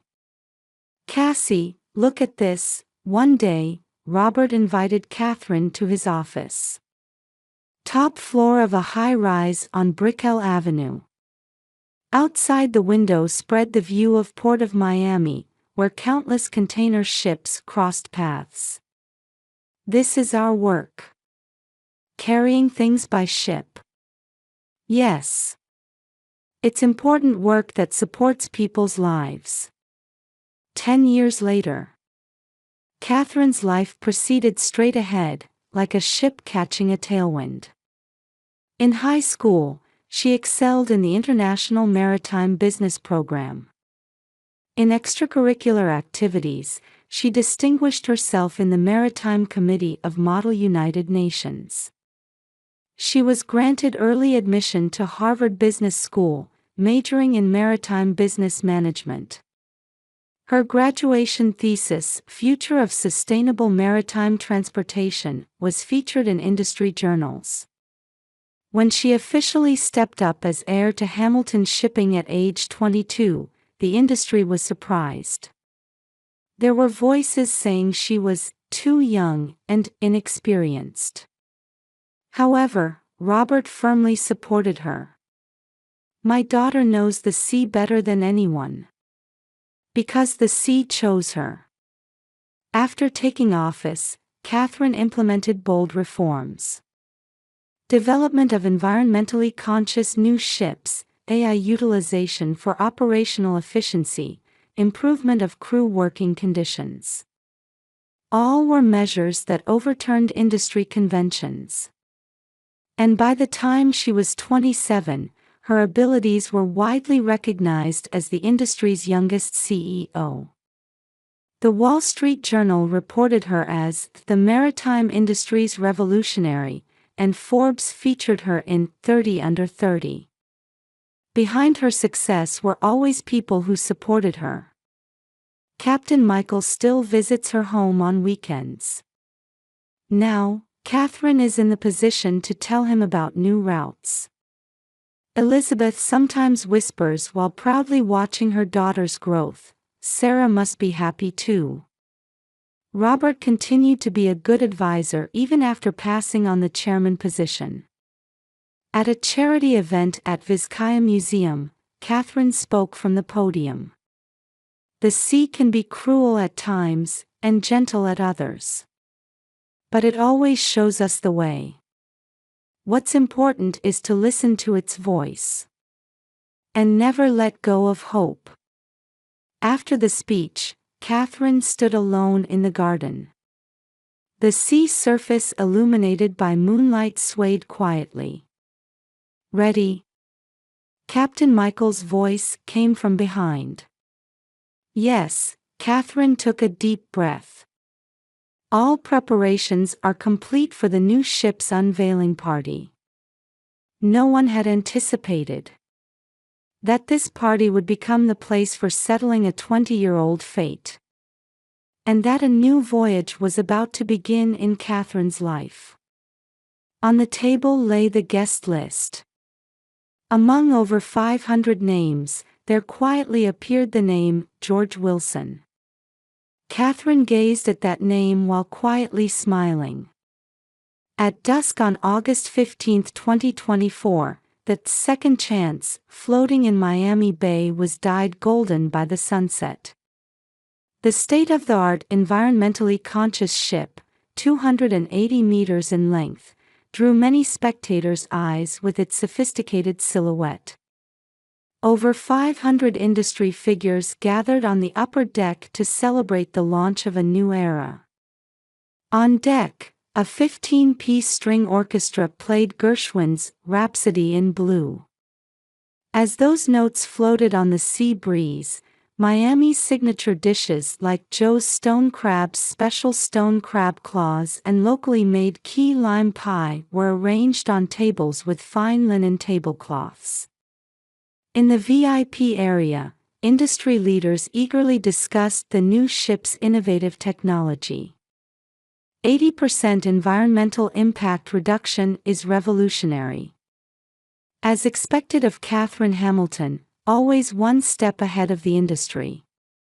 To think she's come this far from that tragedy. In one corner, an elderly couple stood nervously. George Wilson in a slightly faded gray suit with an old-looking tie, and wife Helen in a navy dress that no longer fit her current figure. 20 years had completely stripped them of youth, former dignity, and above all, confidence. Long since reduced to working as small-scale ship brokers. Their $200 annual membership in the Miami Maritime Association was barely maintained as their last connection to the industry. When the invitation arrived, they pondered long and hard. Should we really come? Helen gently gripped her husband's arm. It's combined with the annual meeting. As members, attendance is natural.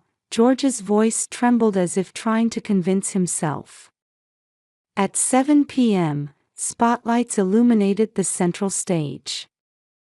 As the venue fell silent, Catherine stepped onto the stage wearing a deep blue Armani suit.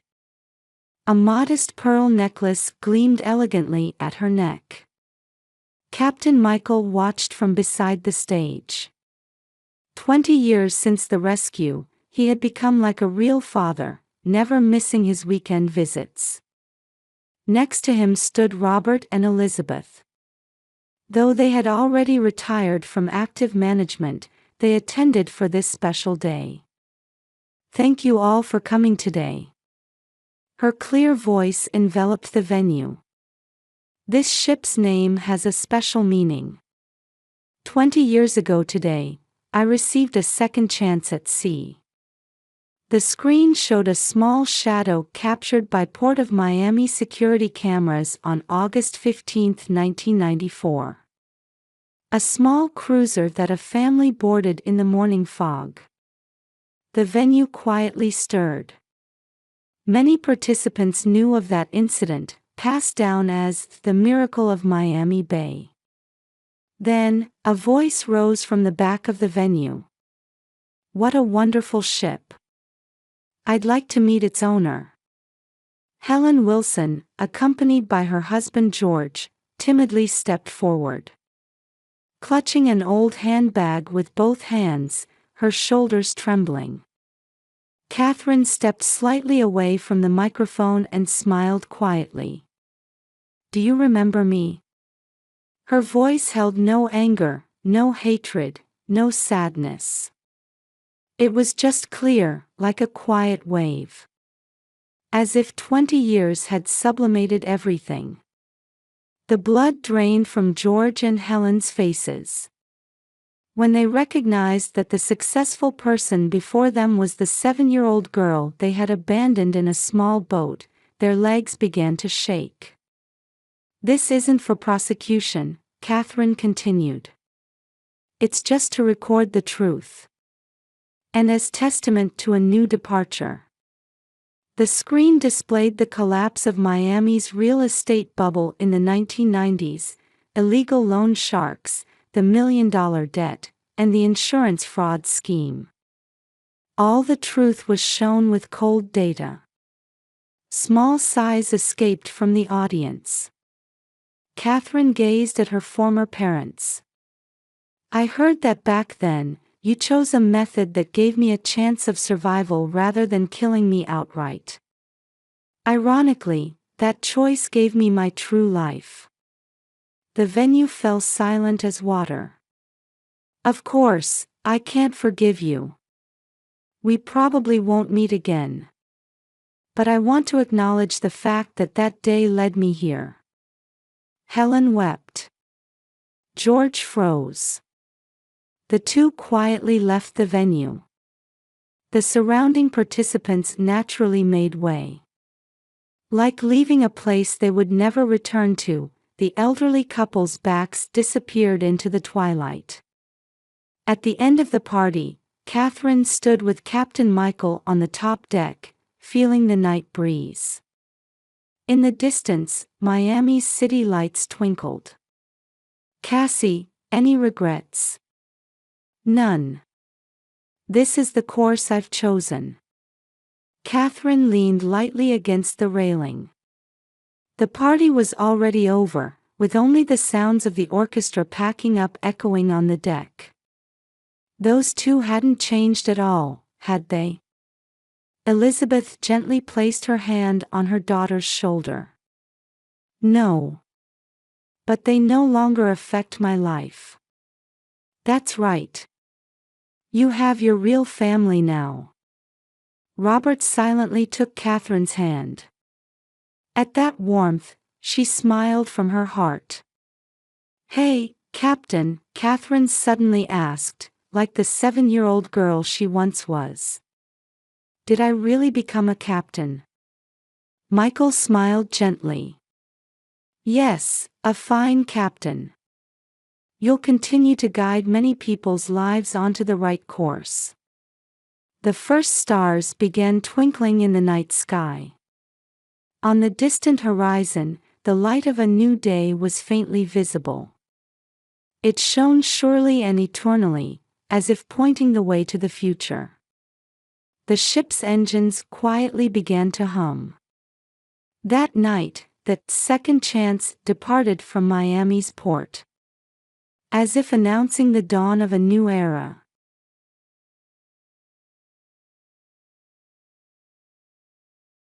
"Mom, this is Dad's favorite, right?" Emma held up a package of organic ground meat.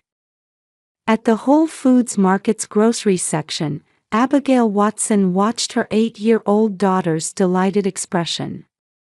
The USDA-certified organic seal on the package gleamed under the store's fluorescent lights. "Yes, let's make Dad's special hamburger steak tonight." Early summer sunlight streamed through the glass ceiling. In the Woodlands, an upscale suburban area of Houston, this flagship Whole Foods market was bustling with shoppers even at 4 p.m. on a weekday. The store was filled with local housewives searching for organic vegetables and gluten-free products.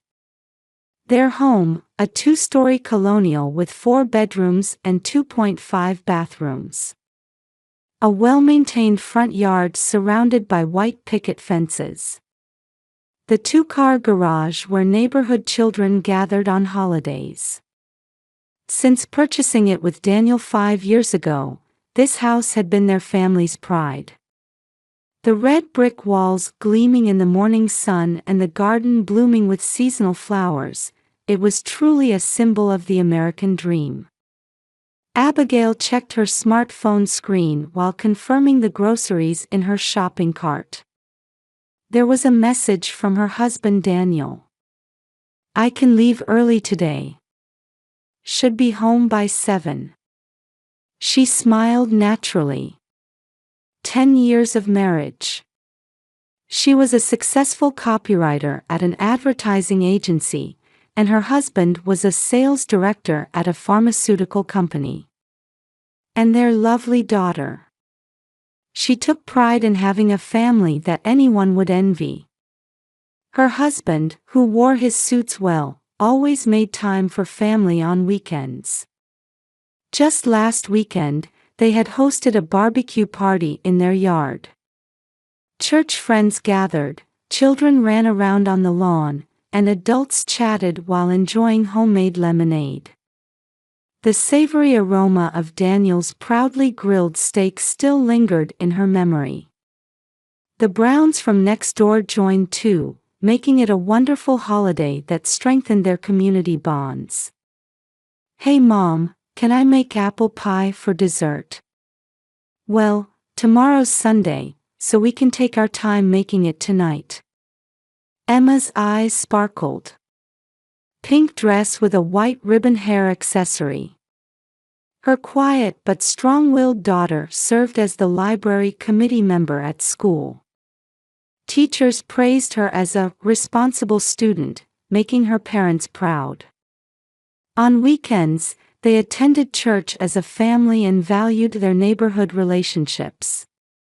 5 years since moving to this town, Abigail took pride in the life they had chosen. In her white blouse and navy pantsuit, Abigail, looking every bit the career woman, pushed her cart toward the checkout. She had just been assigned a new project in the morning meeting, a major campaign for a leading beverage manufacturer. She felt fulfilled balancing work and family life. "Thank you for shopping with us again, ma'am." Martha, the cashier, greeted her warmly.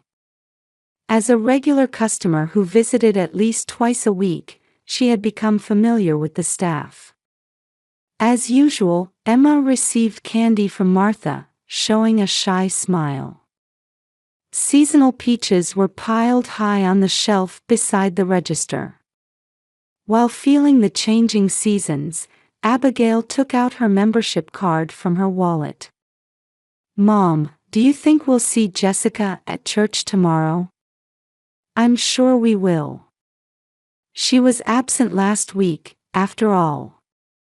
Emma's best friend Jessica was someone she met at Sunday school at the Woodlands United Methodist Church. Abigail, who also served as a PTA officer, valued their church connections. Sunday worship was precious family time. Through church volunteer activities, their bonds with the community grew stronger. Next week would bring preparations for the children's summer Bible school. After finishing shopping, they headed to the parking garage. The sunlight was still strong, with heat rising from the asphalt. Just a little further to their white SUV parked on the second floor. Security cameras were systematically placed throughout the parking garage, with guards making regular rounds. Abigail was mentally planning the dinner preparations. Homemade hamburger patties with fresh organic vegetable salad. She'd make the mashed potatoes a bit firm, just how Daniel liked them. With apple pie for dessert, it would surely be a lovely Friday night. She could feel the coldness of the vanilla ice cream through the shopping bag. The weekend would bring Emma's library committee activity report. Watching her daughter grow, Abigail couldn't help but feel blessed. Daniel would surely listen with his usual gentle smile. In her heart, she offered a prayer of thanks to God. A familiar place, familiar time, familiar family scene that everyone knew. Little did Abigail know that this daily life was about to be greatly shaken. "Ma'am, please step away from that vehicle." Suddenly, a police officer's voice rang out from behind. A uniformed man was jogging toward them from across the parking garage. Abigail froze in place. Emma's small hand gripped her mother's arm tightly. An apple rolled out of the shopping bag. "Don't move. Stay right where you are." The officer's voice echoed through the parking garage. Blue and red rotating lights cast eerie reflections on the concrete walls. Abigail instinctively shielded her daughter. She could feel Emma's body trembling. "Ma'am, security discovered a suspicious device under the car. We're waiting for the bomb squad to arrive." Those words sent chills down Abigail's spine. Yellow tape was already being placed around the white SUV, with uniformed officers quickly cordoning off the area. Other shoppers were beginning to evacuate. "Mom, I'm scared." Emma's voice trembled. Abigail squeezed her daughter's hand tightly. A nearby officer began guiding them to a safe location. That person. Suddenly, Emma burst into tears. An expression of deep fear that Abigail had never seen before. She gently held her daughter's shoulders and met her eyes. "Emma, what's wrong?"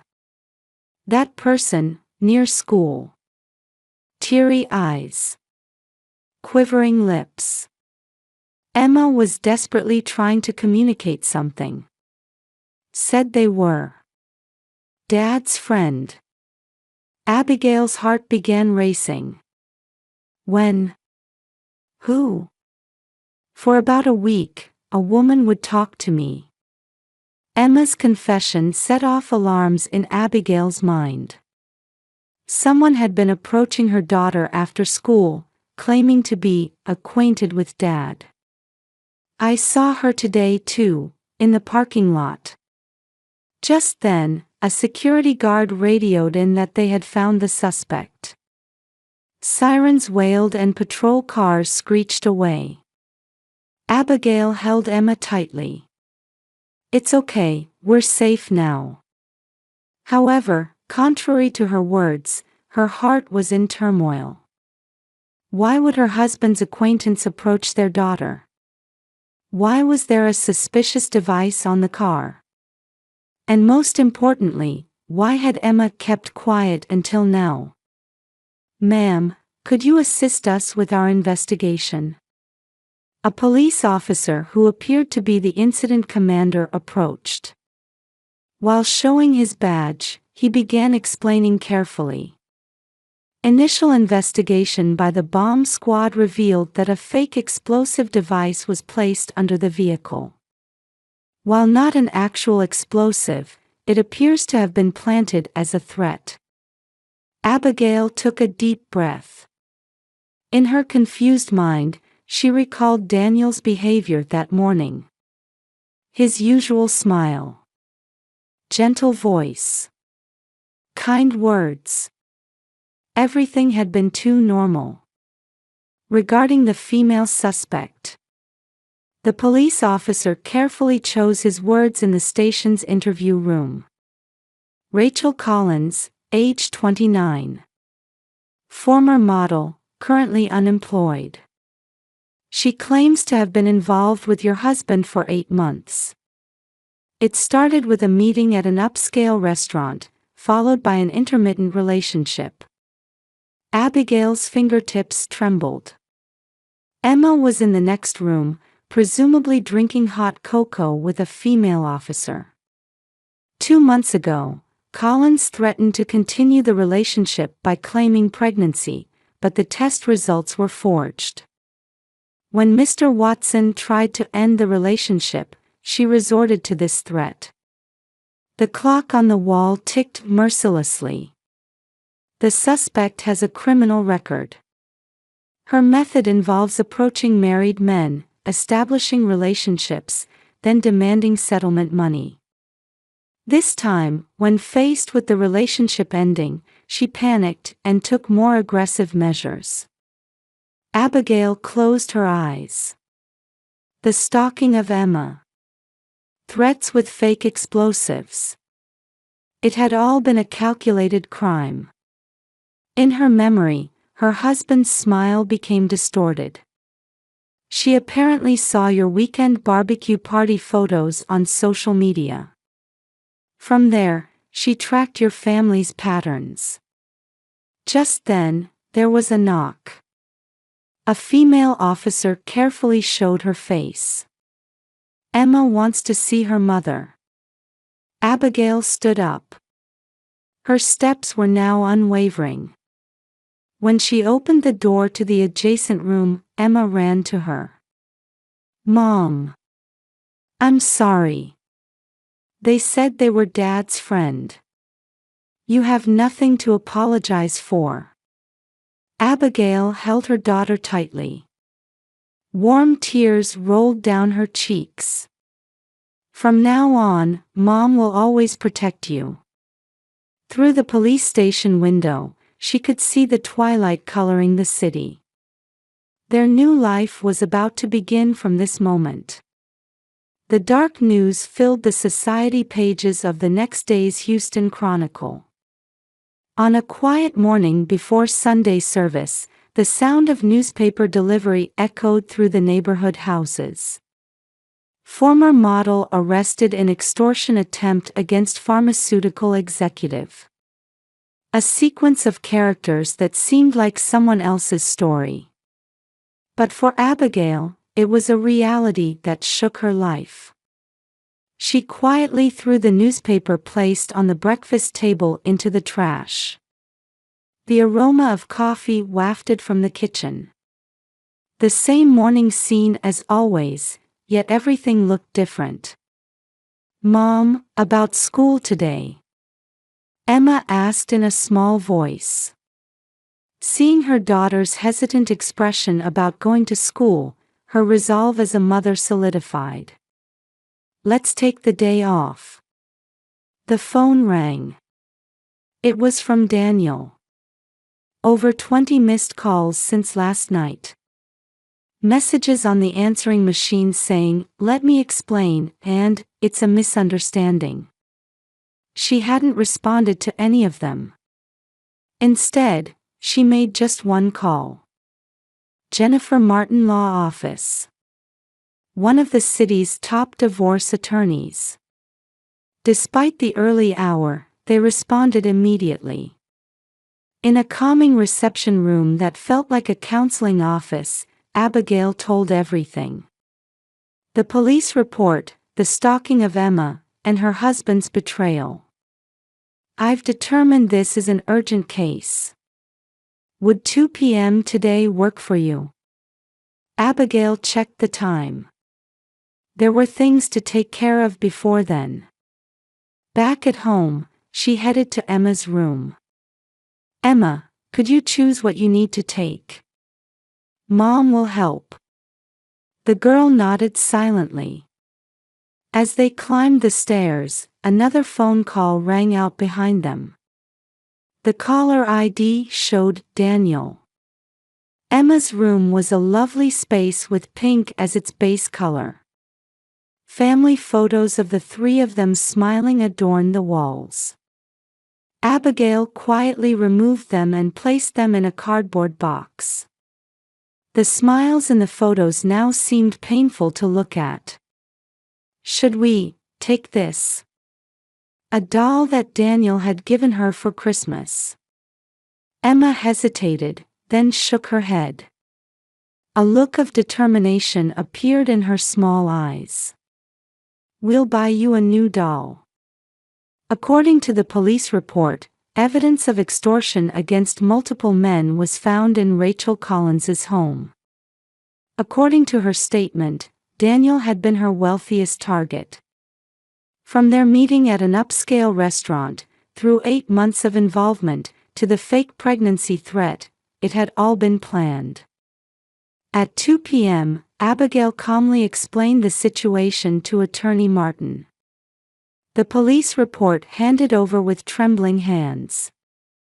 Security camera footage. The evidence of infidelity was clear. "We'll definitely pursue compensation and child support. The evidence of infidelity is sufficient. We can also obtain the police statements." Emma was playing with building blocks with office staff in the next room.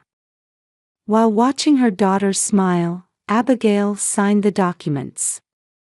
Her hand holding the pen showed no hesitation.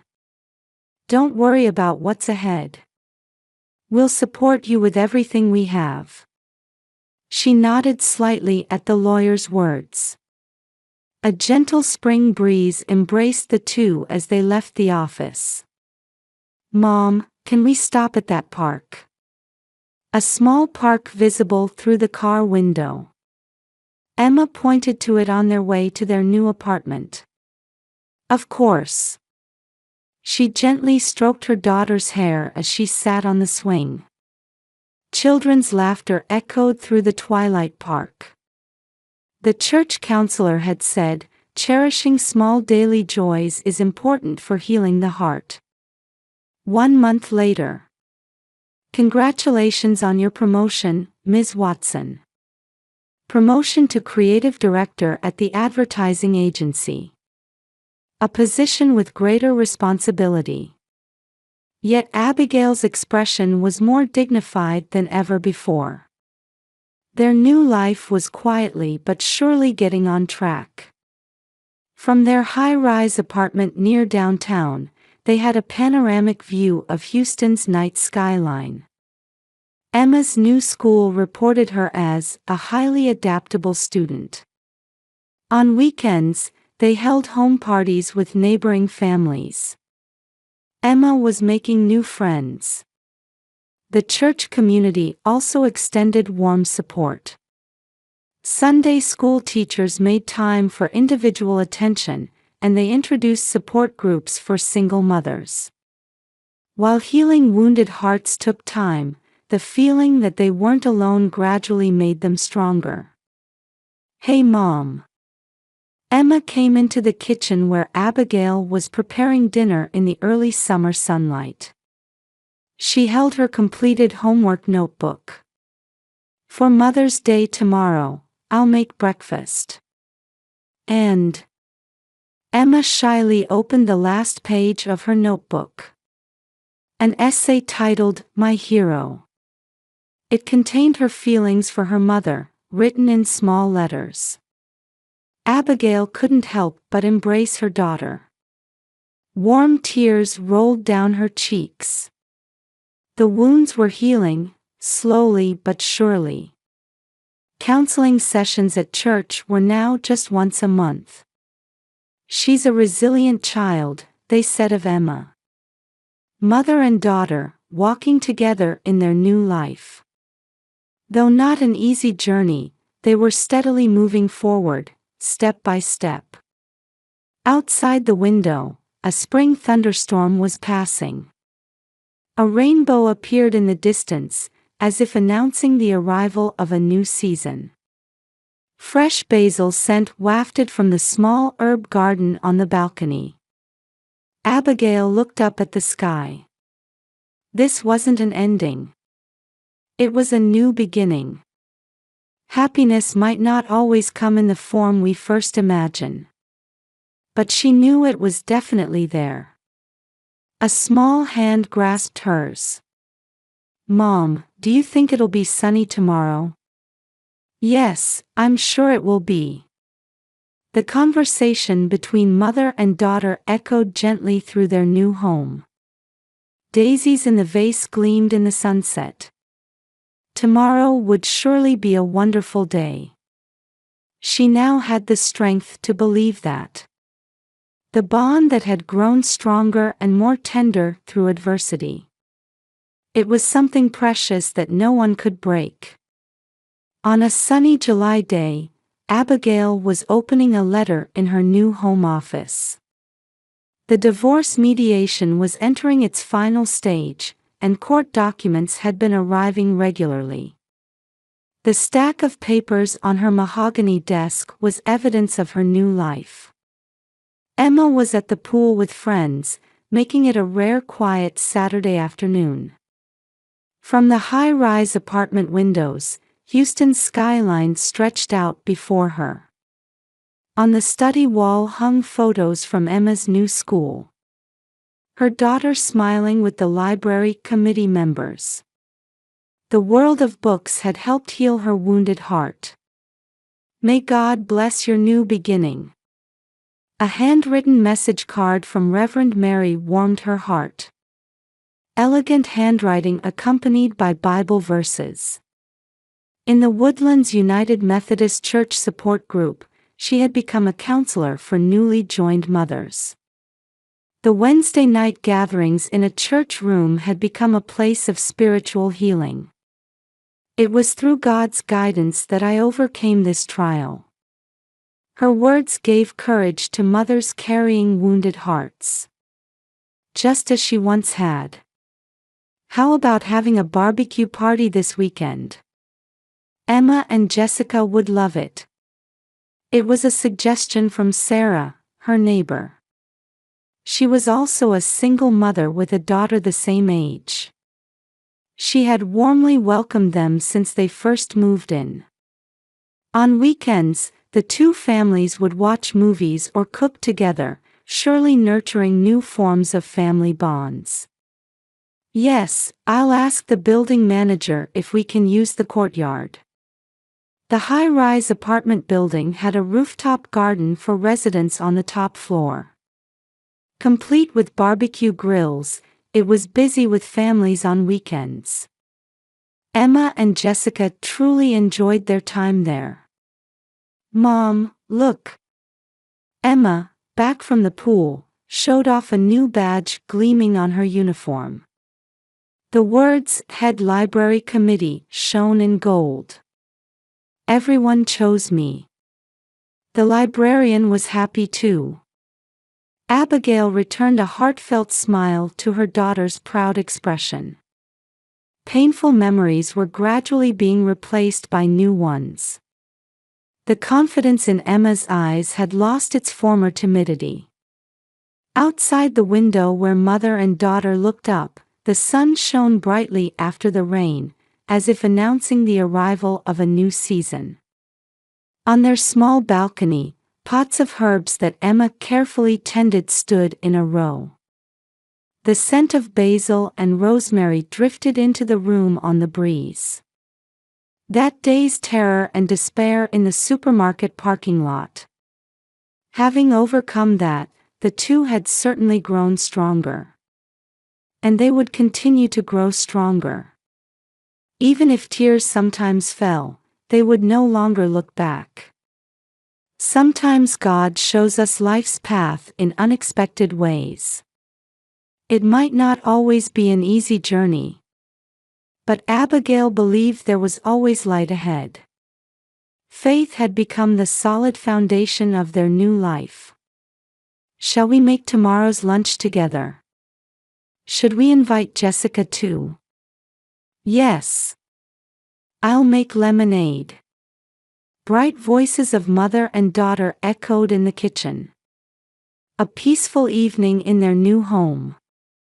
The houseplant by the window cast gentle shadows in the sunset light. It was both an ending and a beginning. And it was just the prologue of a hope-filled story that would continue on.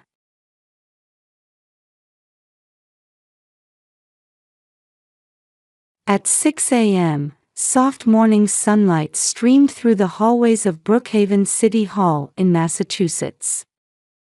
Abigail Murphy squinted at the light filtering through the windows as she carefully moved her mop across the floor.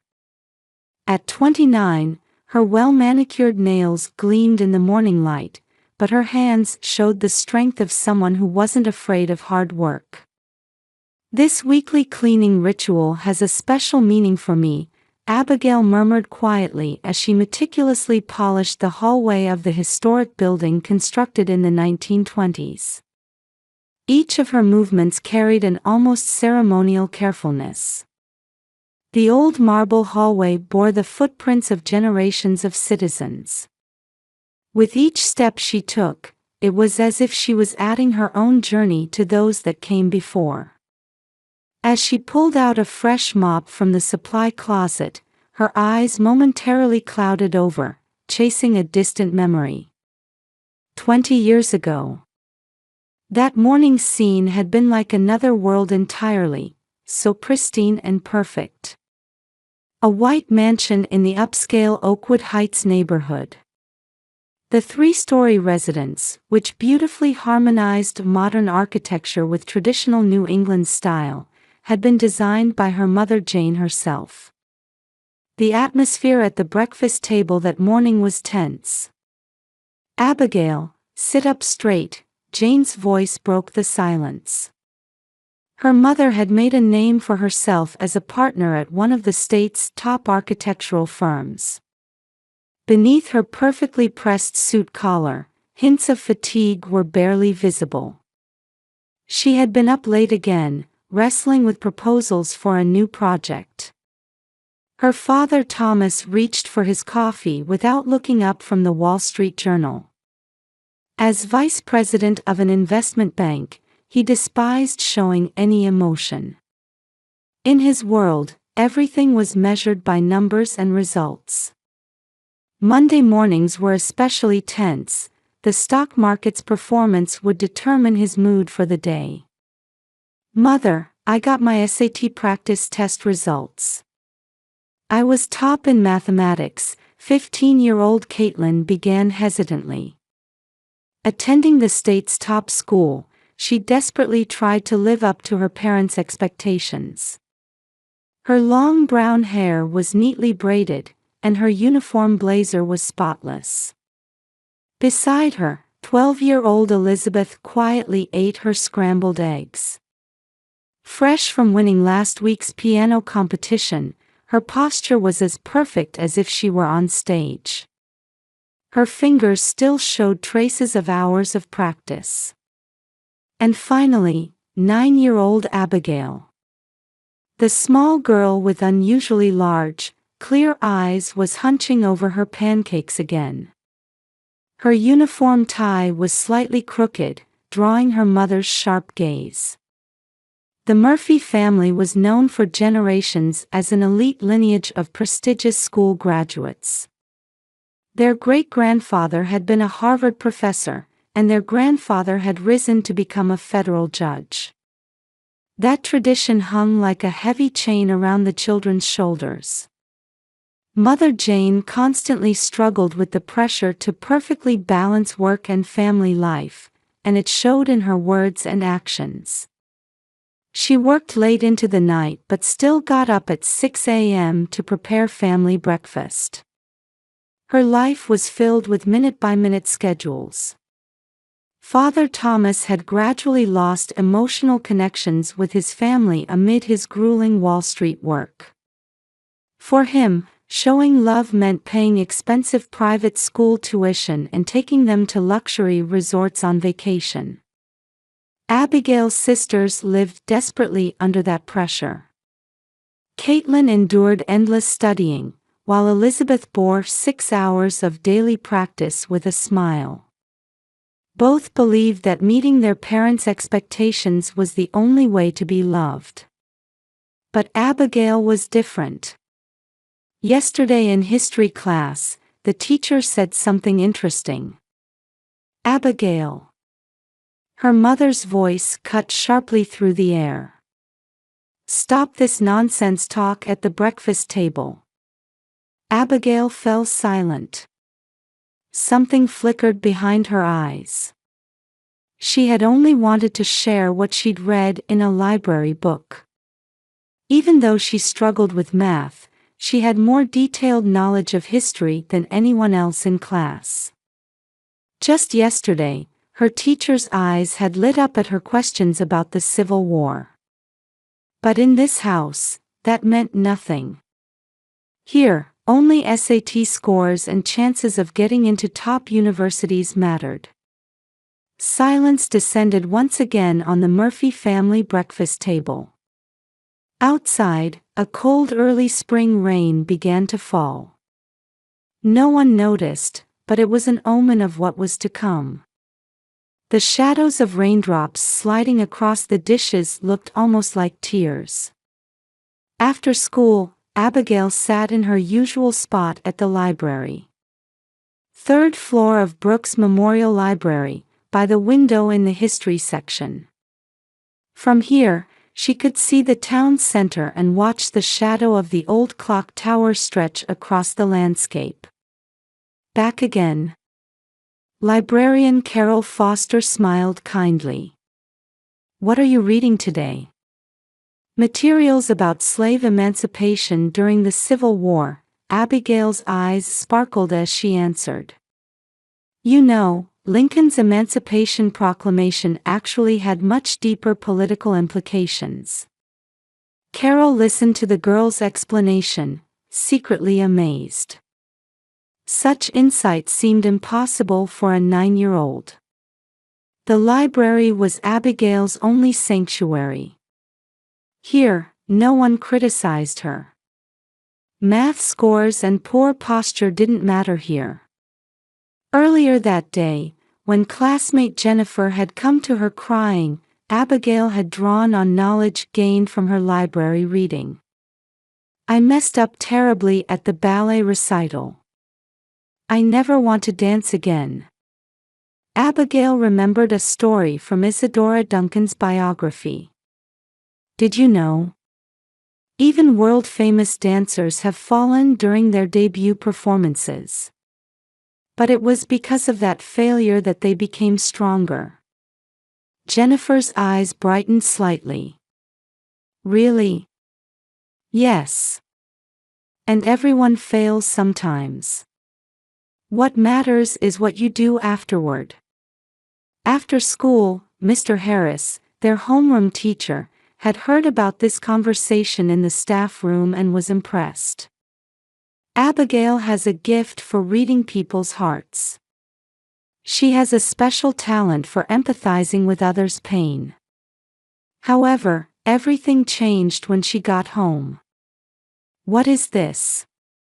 Mother Jane held up a math test paper. The red 65 looked like a brand of shame. I made a mistake in the calculations.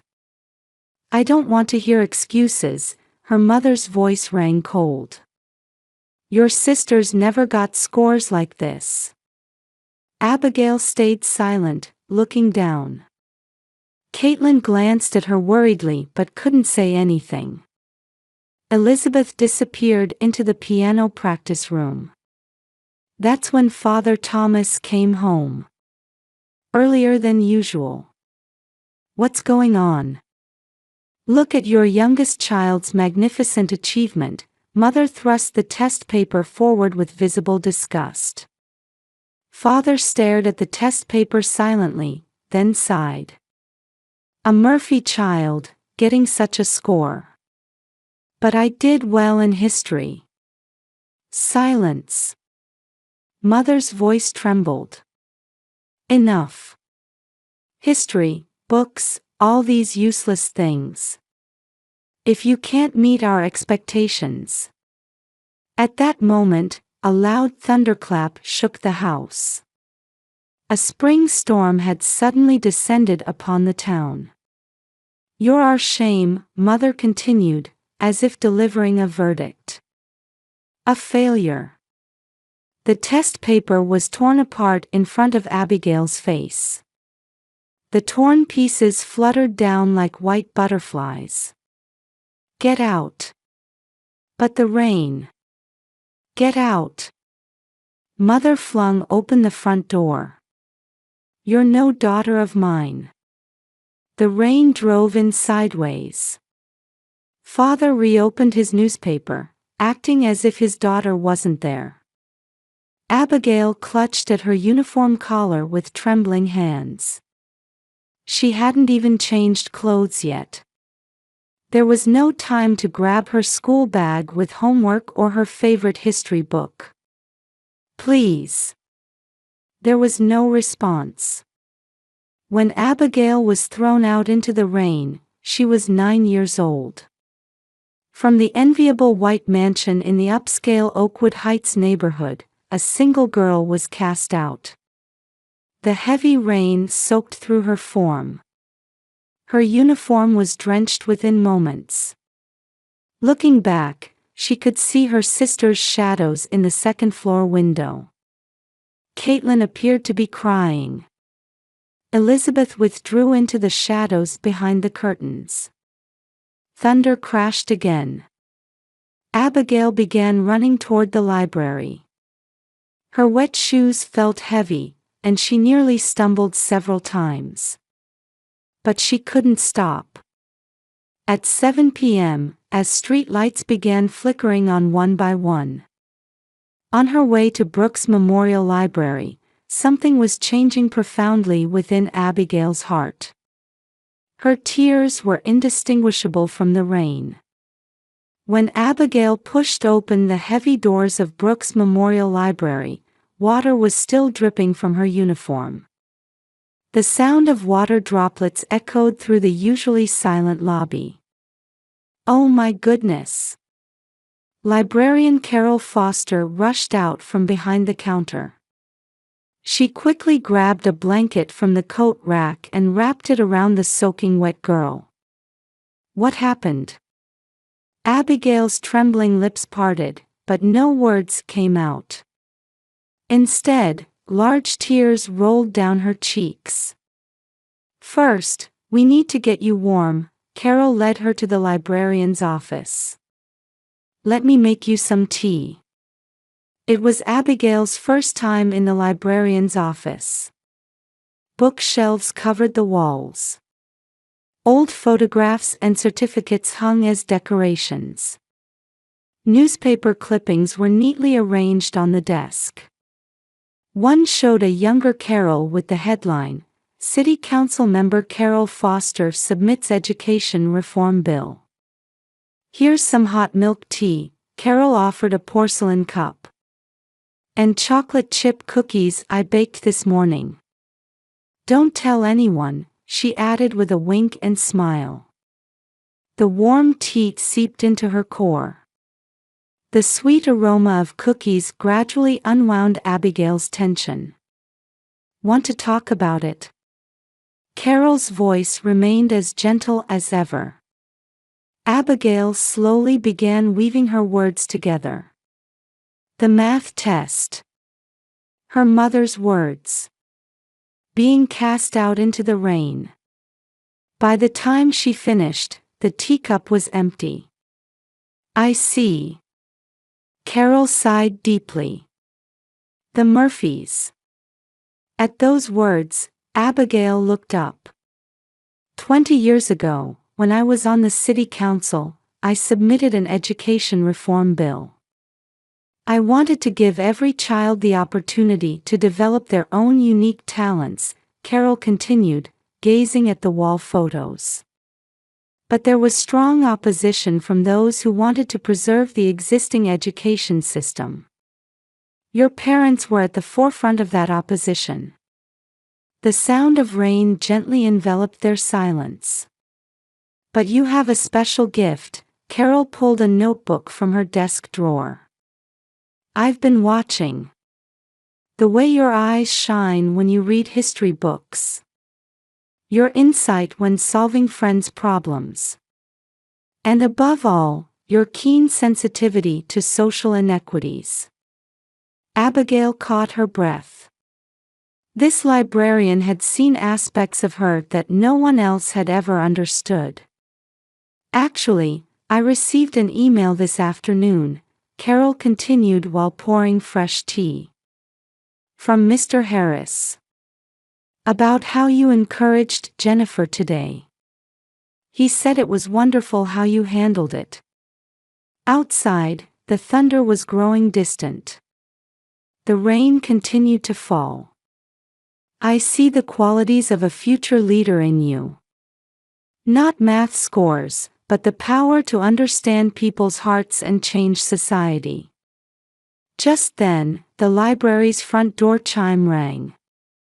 2 police officers appeared, along with Aunt Sarah. Abigail. Sarah rushed over, soaked through. We've been desperately searching for you. Carol stood and had a brief conversation with the officers. Meanwhile, Sarah held Abigail tightly. It's all right now. I'll take care of you, Sarah's voice carried determination. I'll correct my sister's foolish decision. The next few hours passed like a dream. Police statements. Meetings with Child Protective Services social workers. The formal procedures for Sarah to become legal guardian. Throughout it all, Carol never left Abigail's side. May I come here every weekend? Abigail asked in a small voice as the night grew late.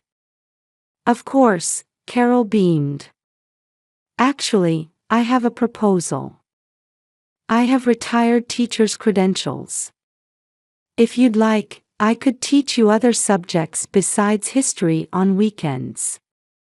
Sarah agreed immediately. That's wonderful. Abigail, I'm so glad you found someone who truly understands your talents. That night, after a warm shower at Sarah's house, Abigail fell into her most peaceful sleep in a long time. By her pillow lay a book Carol had lent her. Changemakers, Stories of American Civil Rights Activists. On the cover, Carol had written, "To my dear Abigail. Your story begins here. Love, Carol." The next morning, as the eastern sky began to lighten, Abigail awoke. Outside her window, the rain had stopped, and a new day was dawning. For the first time, she saw hope in her future. Carol's words echoed quietly in her heart. You have the power to change society. At 9 years old, Abigail had finally found her path. It was a road to entirely new possibilities that couldn't be measured by numbers or grades. 10 years later, Abigail Murphy's thesis, Inequality in the American Education System and Paths to Reform, has received the highest honors in Harvard University's Political Science Department this year. The dean's voice resonated through the vast auditorium. Beside Abigail in the front row, Carol had tears in her eyes. Sarah smiled proudly. After the graduation ceremony, the three celebrated at a small Italian restaurant in Cambridge. Remember? Carol said, lifting her red wine. What I told you that rainy night in the library. You have the power to change society, Abigail smiled. Those words became my driving force. College life had vastly expanded Abigail's possibilities. Analytical skills honed in political science classes. Educational support volunteering in extracurricular activities. During summer break, she launched a learning support program for children in impoverished areas, earning high praise from the community. But this is just the beginning, Abigail said with determination. I want to return to Brookhaven and create real change. True to her word, she returned home. She began working at the city's Board of Education while attending law school at night. Learning the realities of education during the day, acquiring legal knowledge at night. These efforts gradually bore fruit. At age 27, a major turning point arrived. I intend to run for mayor, Abigail quietly declared in Carol's living room. Most people will say you're too young, Carol replied while preparing her usual tea. But that's my strength. We need new perspectives, new ideas. The election campaign proved more challenging than expected.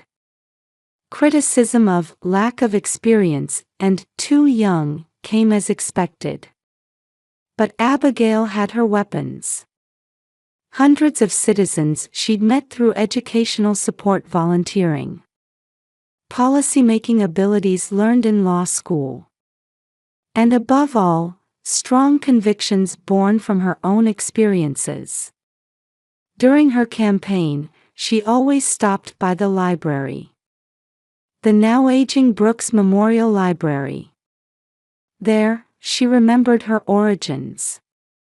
When I become mayor, I'll first create an education support center. A place where every child can develop their own talents.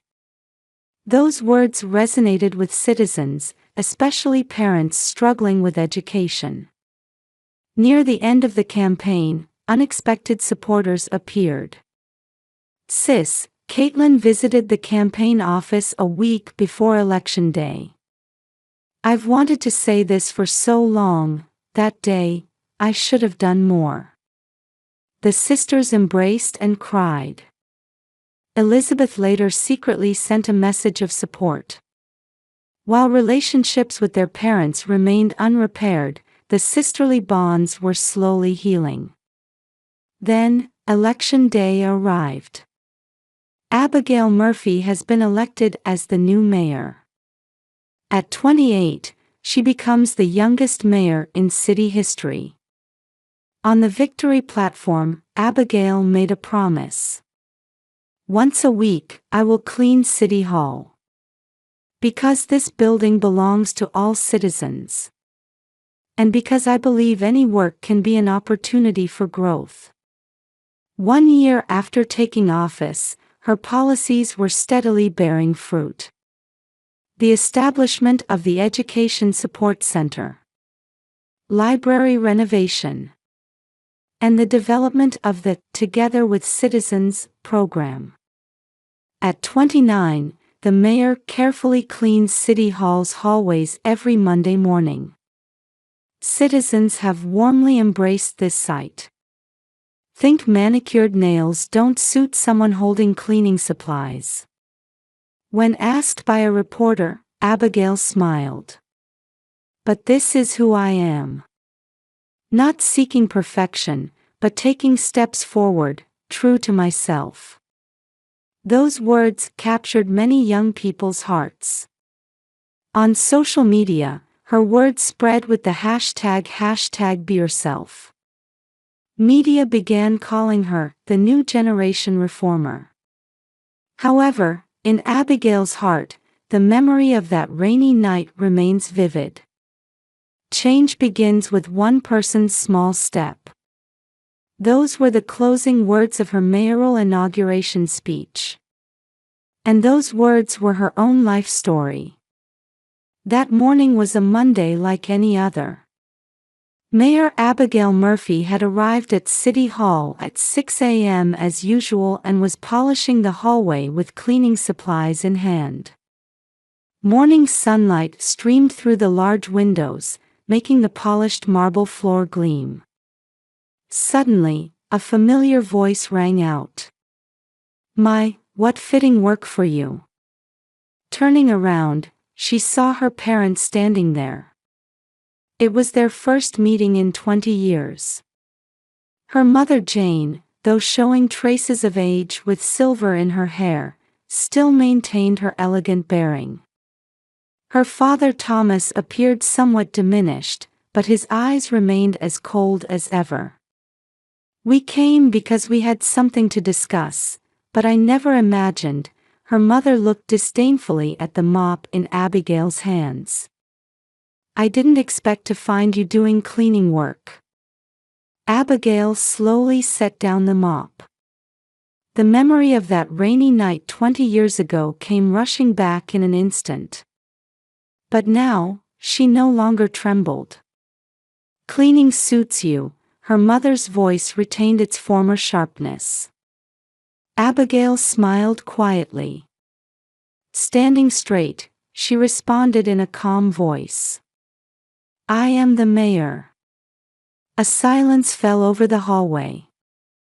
The blood drained from her parents' faces. Her father involuntarily stepped backward.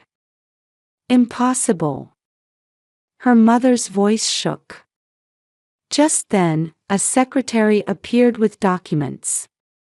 "Mayor, here are the materials for the 9 a.m. Education Support Center Management Meeting." Abigail gracefully accepted the documents and turned back to her parents. "The welfare department is on the second floor. Would you like me to show you to the elevator?" Her voice was warm, yet filled with dignity. The girl once called a failure had become the town's leader. The morning sun streaming through the windows gently illuminated Abigail's figure.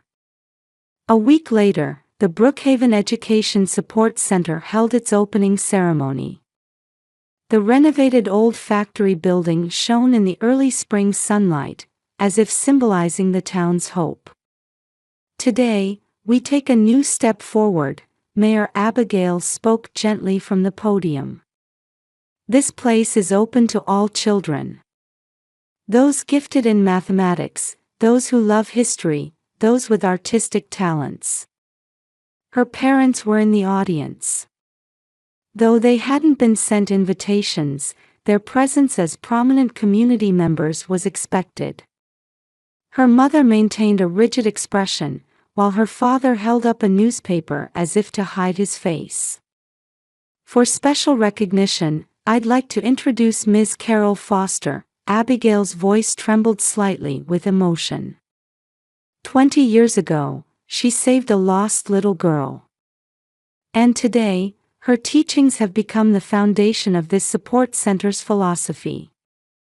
As Carol took the stage, the venue erupted in applause.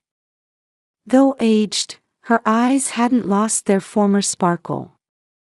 "None of us is perfect," Abigail delivered her closing words.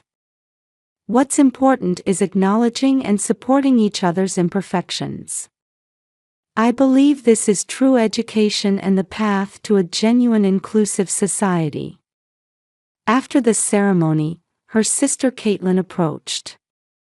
"That was a wonderful speech," Elizabeth stood beside her. "We should have recognized your worth much sooner." Their parents left the venue silently. But there seemed to be a faint glimmer of tears in their mother's eyes. A month later, the support center was bustling with local children. Abigail spent every Friday afternoon there. "Mayor, this book is interesting."